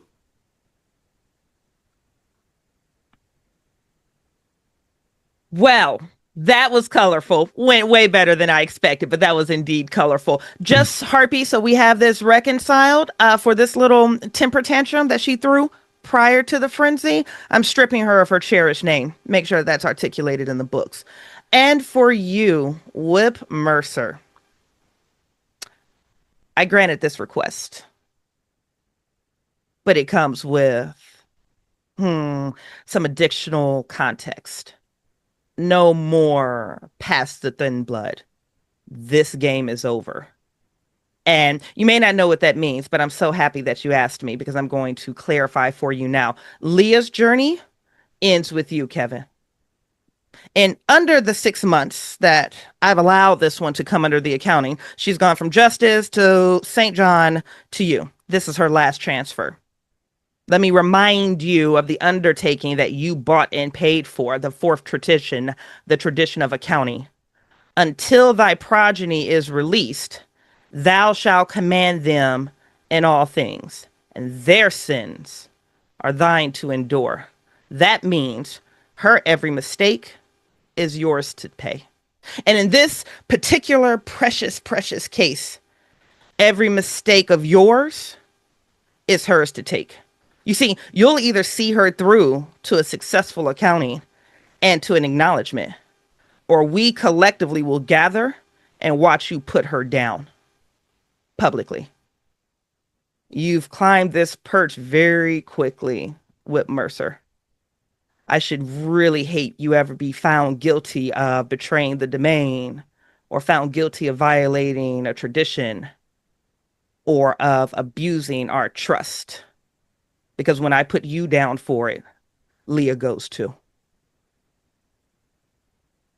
I understand. And I thank you for the clarification.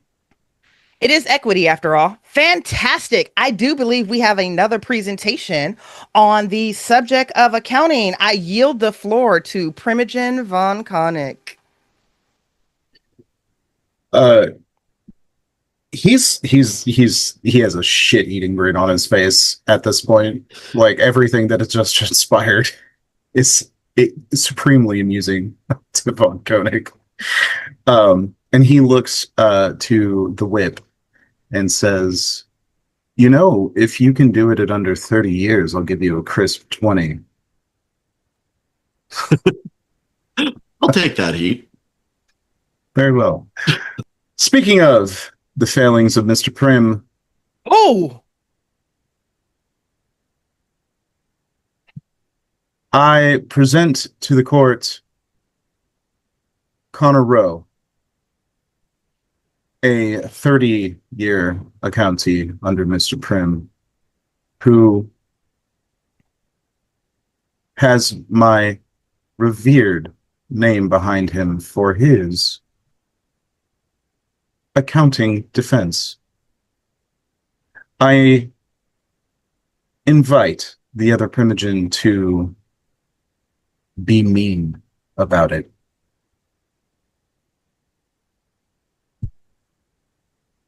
And Primogen, this is the first individual that has gone up for acknowledgement under Prince Neoglass's reign. So if Connor is acknowledged, it'll be the first status of acknowledgement that she's given out to another kindred. And this is going to be on the scandal of Columbus, who's been under the accounting for 30 years. You just love saying that, don't you? I do. It's good times. Each Primogen, you are welcome to drive a question at Connor and then determine whether or not you would back him for acknowledgement. Primogen Reigns has been taking notes, as mentioned. There was a brief interruption. There will have been a second brief interruption during Prince Glass's diatribe just now, reminding Kevin Mercer of the traditions and the responsibilities. And Celeste is very aware that, in a sense, Prince Glass is speaking to her, since Kevin is her child. And so while Nia Glass was speaking, Celeste would have put down her riding utensil and would have just watched the prince, as though to communicate, you are speaking to one of mine, and I am well aware of that fact, and will be managing the situation. When the second accounting comes forward, Celeste will have gone back to taking her notes. Not really apparent that she's been necessarily paying attention, since she's not been looking up or giving other signals of acknowledgement. And so it's possible that some might miss her question when she asks Connor Rowe, without looking up, without interrupting the flow of her scribbles, what did you do to deserve to wait for 30 years and 4 months?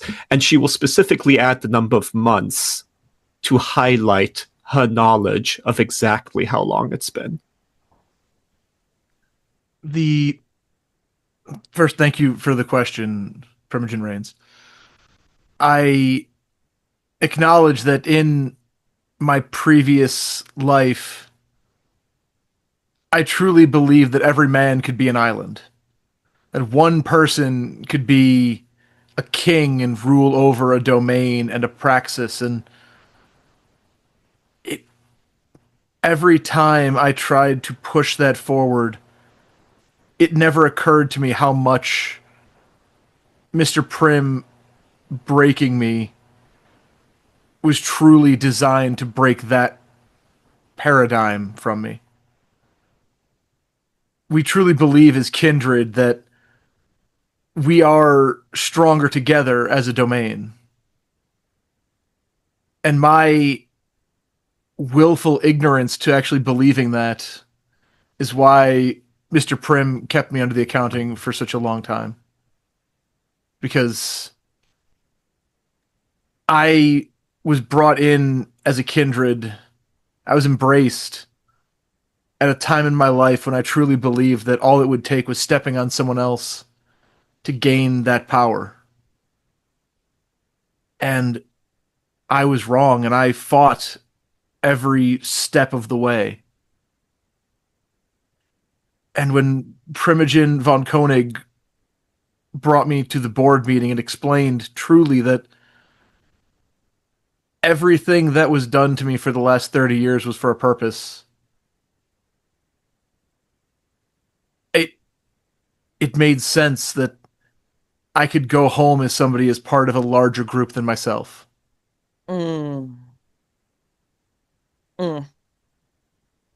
Celeste will not have listened to that answer. The question was really posed simply to highlight for the other Bruja the insanity of Clan Ventru and how it treats its childer.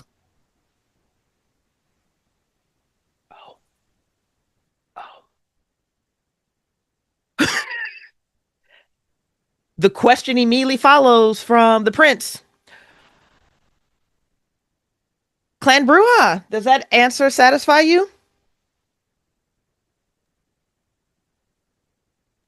Celeste will look up an obviously fake look of confusion on her face, as though she's not sure why she's being addressed. And then we'll say, satisfactory for Ventru. Oh, I can feel Harpy Natasha's wrist just twitching. Oh.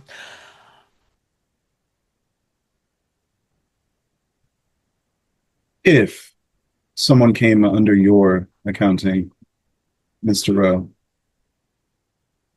what have you learned from Mr. Prim that you would do differently? Oof, that's a good one. I would work, if somebody were under my accounting, to not only teach them the tenets and traditions that keep us as a society strong, but I would ensure that they knew to not only believe in themselves, but to believe in other kindred. Because Mr. Prim and his tutelage taught me that no man was an island, and perhaps his methods were unconventional. I can't speak to others' accountings. I can't speak to things that I've seen. I have seen kindred embraced and released from the accounting in these years. but I would ensure that not only do they believe in kindred society, but I would cultivate in them a resilience to not be afraid to do something that they would need to do. And a small follow-up. Oh, are you paying for this follow-up? It's only one question, Premature. Rolls his eyes. Sure. Minor inconvenience that it is, I suppose. Harpy, I recognize a minor boon owed to me by the Ventru Premature. Oh, please continue with your follow-up. Oh, yes. Would you let your county be taken away from you?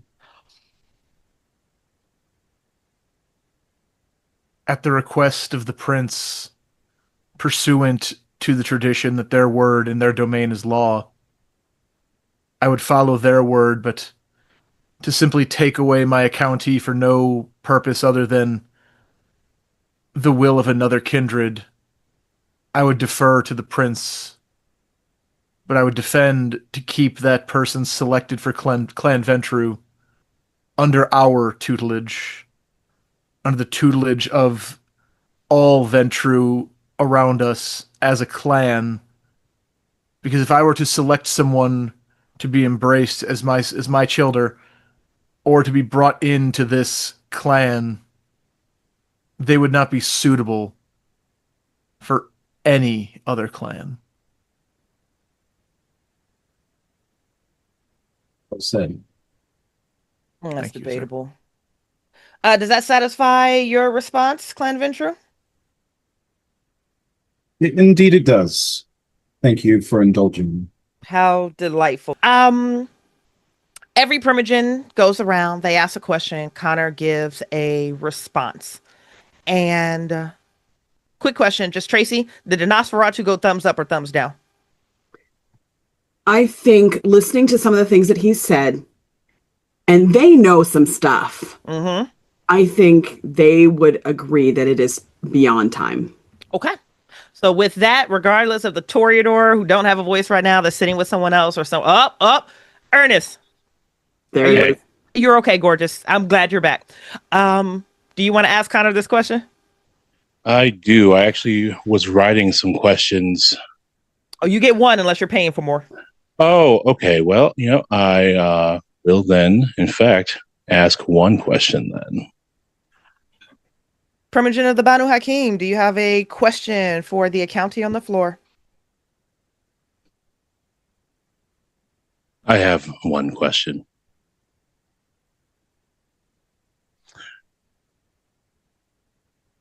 What do you fear you will lose if you are not granted membership in these august halls?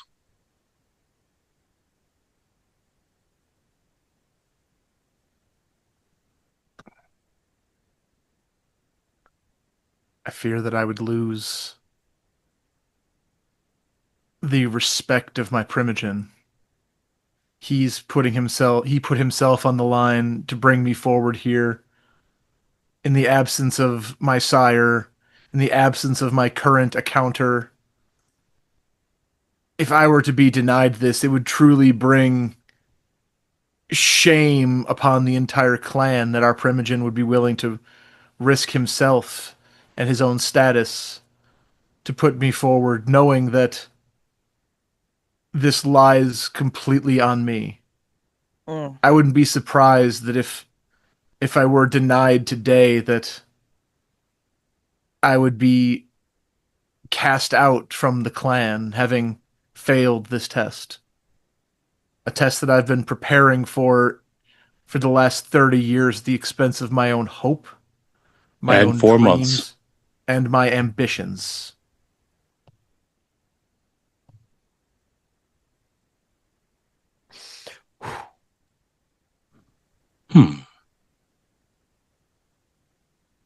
That is interesting. Oh, but is it satisfactory? I actually, I'd like to minorly ask a second question now. Oh, those are going at a minor boon a question. Yes. Heartbeat, thank you. Who owns pieces of you? What is your ledger of debts and obligations? as someone under the accounting, all of my debts and boons are owed by my sire, sir. Yes, that is protocol, but what is the truth of that? The truth is that per the traditions, my sins are his to bear. Ever a king, I see. I Or a truly squire. I believe in the traditions unapologetically, sir. I'm not here to upend them.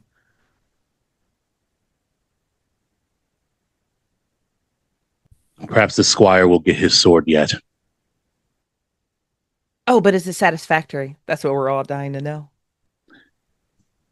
It is satisfactory for his kin, so I will make it satisfactory for me. I host these little acknowledgement defenses publicly for the very reason that collective investment, well, if we all have a hand in it, especially as we inch towards these final hours, we're all accountable for it on the back end. However, with the majority of the Primogen speaking forward and for the leverage that Primogen von Koenig has issued, then she just throws a wink over at Harpy Natasha. As I am feared by the Camarilla and Tower, I now see you, Connor Rowe, as acknowledged. Congratulations. And Tracey, I need you to hit play. All right, here we go, friends. Whoa, that was a loud bing. Sorry. No, you're okay. All right, listen closely, friends.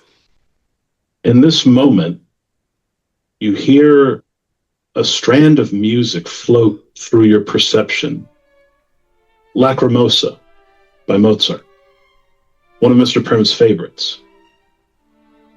As the hint of that music brushes your hearing, you feel something shift, some alteration to your perception, and you lose a sense of time and place. Your memories begin unfolding, unlocking, and you are lost to the present.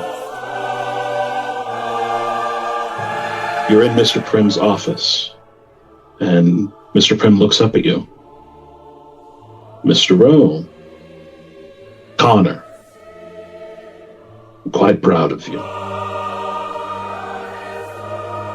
Flash, you're in the car together with Mr. Prim. Another night, another time.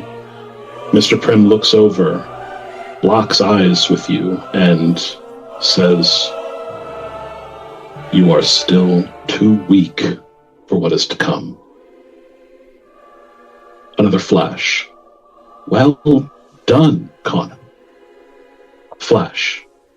"You need to be stronger." Flash. "You need to be smarter." Flash. "You need to be both ruthless and dispassionate." Flash. "Don't allow your ego to rule you. In all things, you must be guided by what is needed, what is necessary." Flash. You are waiting outside Mr. Prim's office. Through the door, you hear, "Connor, come to me. I need your help. I need your help. Please." And with that, you are returned to your senses. You are a little unsteady on your feet as you readjust to the present. And the music fades, if it was ever here at all. And you don't In this hear... My bad. He's still going.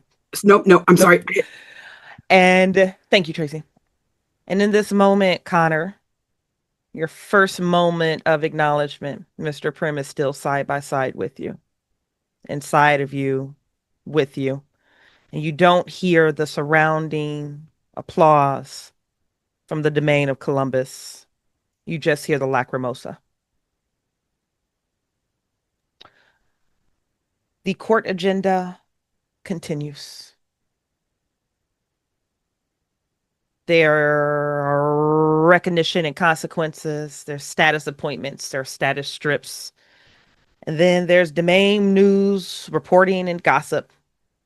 It's been a very colorful, very energized court. And finally, we come to open floor. And she looks to you, Kevin, because you submitted a ticket on the agenda saying that you wanted something from the open floor. Open floor, those who forwarded their request to take the floor are welcome to speak now. Those who did not and look to enter the floor will be paying it at the cost of a minor boon to me and the Harpy. Kevin Mercer, you requested the floor. Do you still want it? No, Prince. The matter has been resolved and I can handle it privately. I will take no more of the court's time.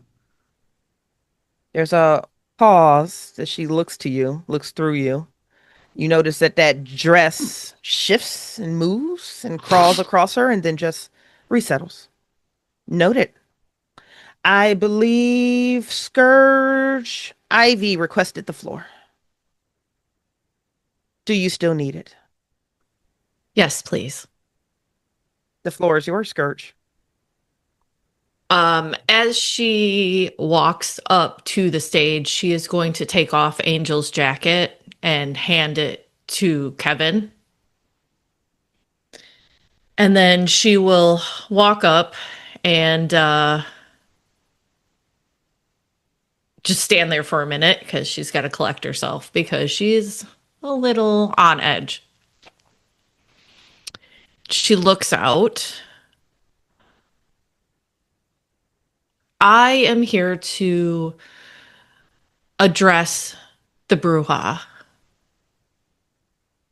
I am under the understanding that Kevin took responsibility for something that I did, or responsibility to resolve something that I did.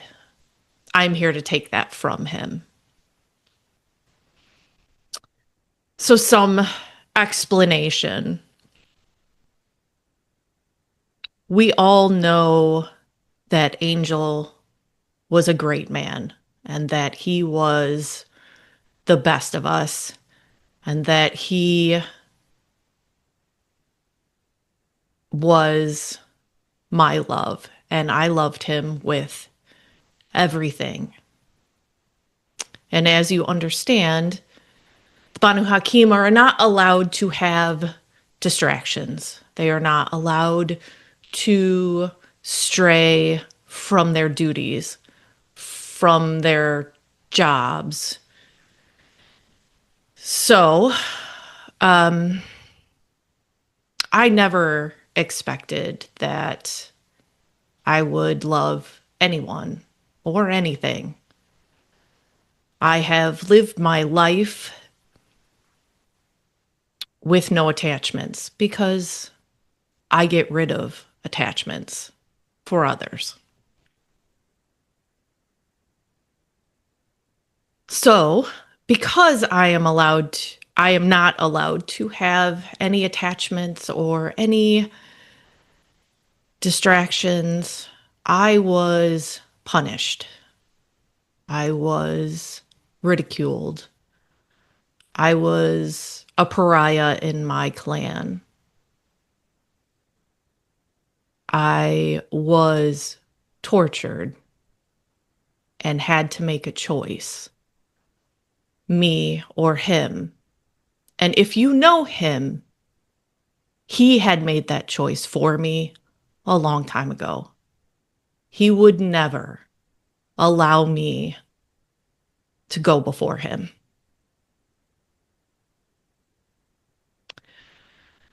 So my job that was allowed, that was given permission, that was told to me, was to make him go away. And he is with me every day, every hour, trying to make me better. And I don't know if he's succeeding. I don't know what he has to say right now. But I want you to know that I am here to accept whatever punishment that the Bruja have to give me, because it was unfair to all of us. And I accept whatever you find to be acceptable.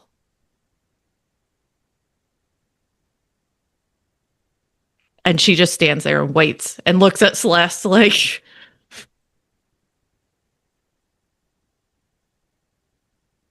Celeste puts down her pen, looks up at you.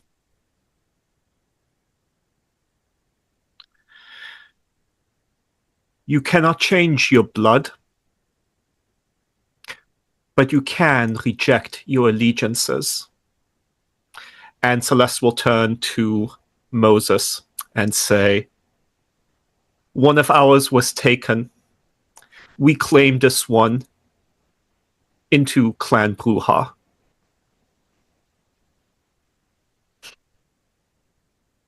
Corinne stands up and begins the applause.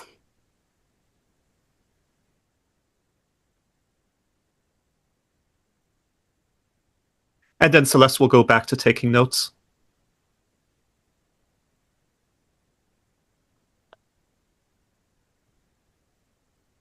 Ivy's just going to turn and head down the stairs. Like she doesn't know what's going on. And I guess walk over to Kevin and get Angel's jacket and go stand next to Corinne.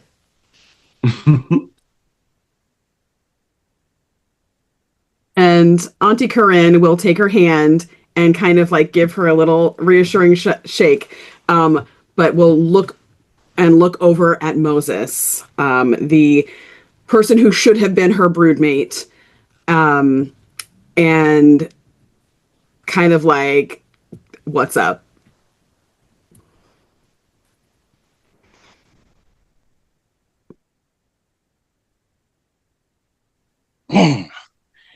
It's a shame, Celeste. You are such a careful shepherd. And to take something so sick into your flock is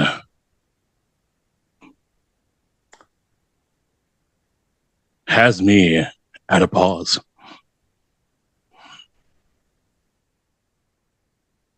It is ever what Clan Bruja has done and will continue to do in service of this domain.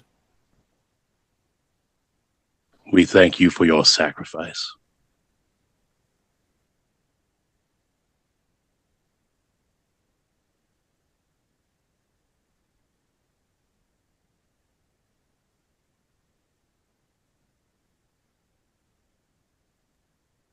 Ivy, you're standing next to Auntie Corinne, the Bruja that was poached from the Banu Hakim. You have a voicemail burning in your pocket. You have a green sticky note sitting in Angel's jacket. And you have a memory. It's not a memory at this point. It was honestly a prophecy from a new friend that told you that this would go well for you. Let us close out court. And I'm just going to do a round table to close the recording and to close court as Prince Nia Glass brings this gathering and this court to a close. I think the most genuine thing to do is to start with our guest storytellers and then end with our coterie. This can be a brief montage of you walking out It can be an internal perspective on what you feel. It can be a projection for the future. It can just be silence. But I think I'm going to start with our Ventrue Primogen. It has been a colorful court.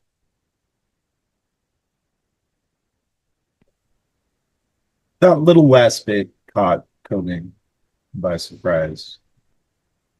And I think for the first time in a while,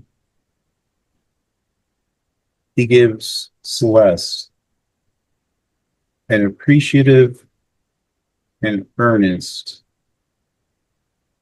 gesture of respect. A bow of the head. And then he walks over to Connor. You did good tonight, and I'm proud of you. Thank you, sir. The clan has come together, as is tradition, when someone earns their acknowledgement, to present a gift. And this will complete your freedom from Mr. Prim. And he reaches into his pocket and he pulls out a set of keys and hands it to you. There's 2 keys. One of them is for a BMW, has the logo and everything. You'll find it outside. It was delivered. I had no question that you'd be acknowledged this evening. The second is for your very own penthouse.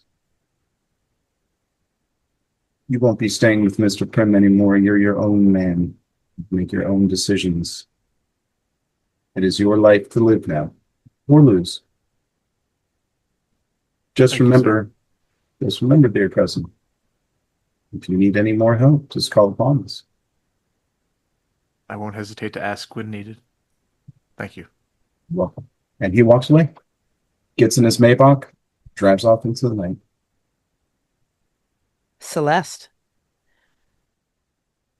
When Celeste receives the acknowledgement from Primogen von König, she will respond in a way that that the Ventrue Primogen will appreciate. Rather than returning a bow of respect, she will cock her head slightly as though confused by the gesture, knowing that her being taken aback by his act would be the kindest gift that she could return for that gesture.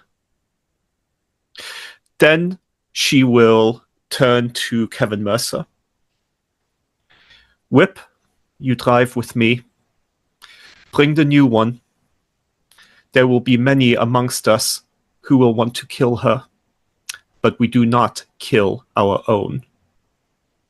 And then she walks off with full expectation that she will be followed.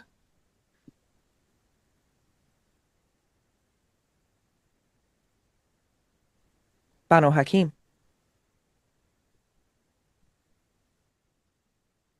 There is a moment where Moses considers what to do about Ivy, if he should do something about Ivy. And I go to my childer. And the one who is guarding the principal, and I say, your sister, formerly, is no longer among us. What say you? And she takes her dear old dad aside and stakes him and presents him to his broodmate.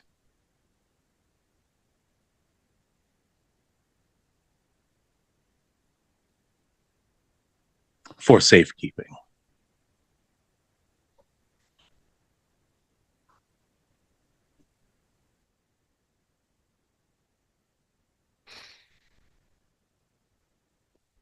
Coterie?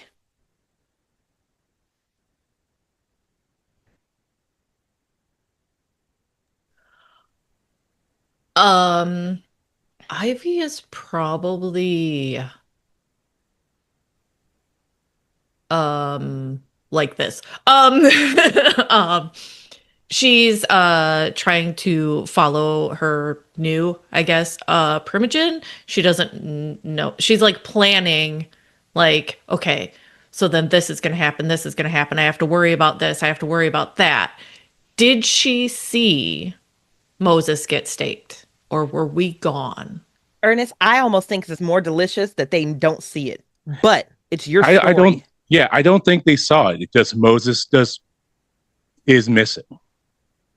He's missing, and there's a child of his who is turning over a new leaf in the light of seeing this interaction with the principal earlier in this game. Flawless. Okay, since she doesn't know that, then she thinks that she has to watch her back for all of them. Like her siblings, because she doesn't know which siblings are on her side. And she is trying to figure out, for once, she actually wants to live to save these others that she can. And is also preparing to, I don't know what the Brujah do. I know that Kevin got his ass kicked, but is preparing to get her ass kicked as payment. So.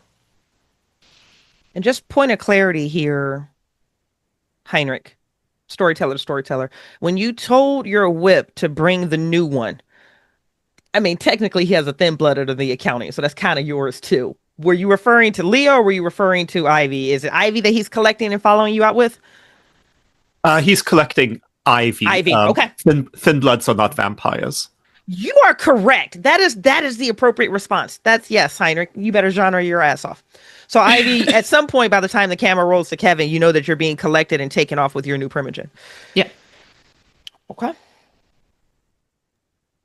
Can I have a question for Ernest? And this is feel free to say no, right? But No, you're good.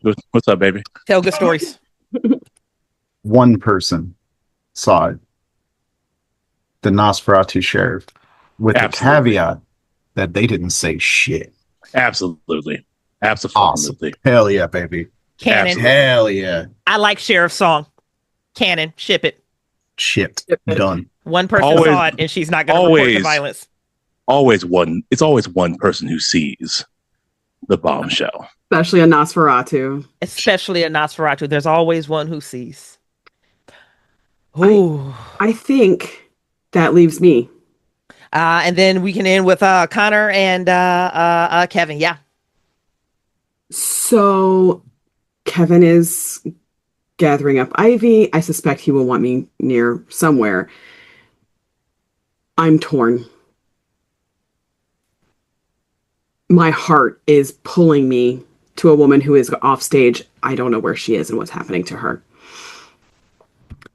And if she has learned nothing in the last few months, a moment happens in her mind.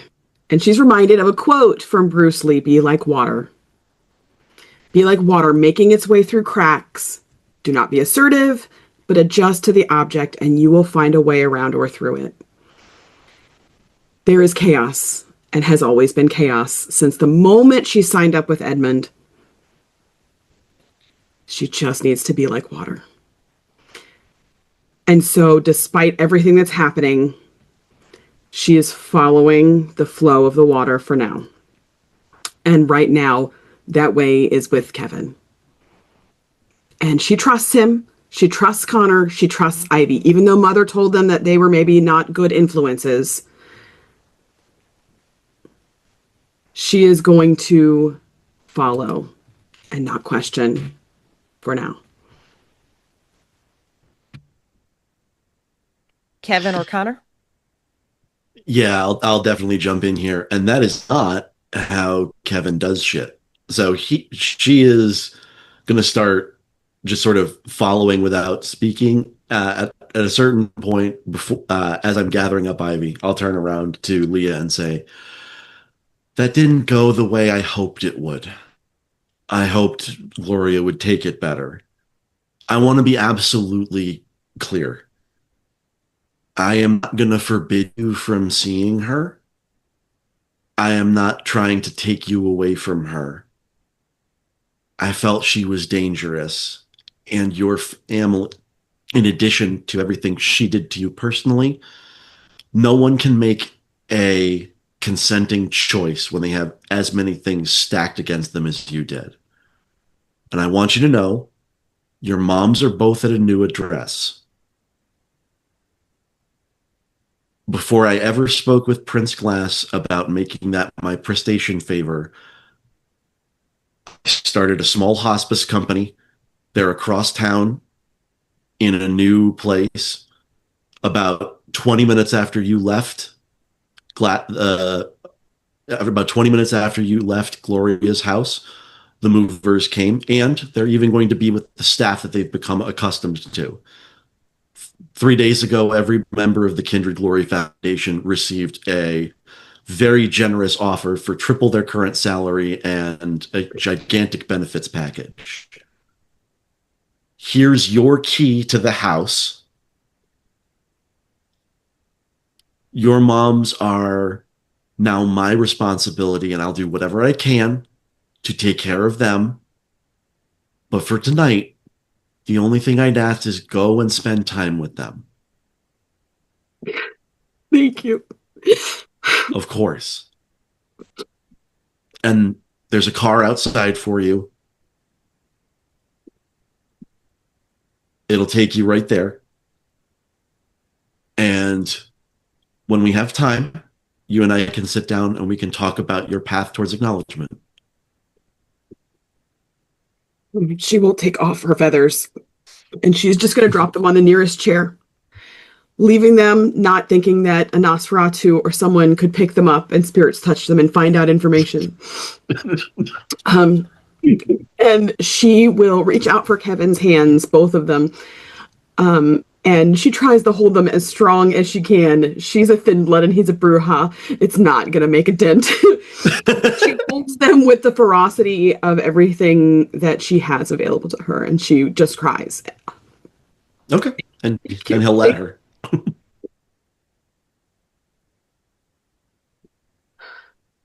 And she takes the keys and waits for everyone to start to leave.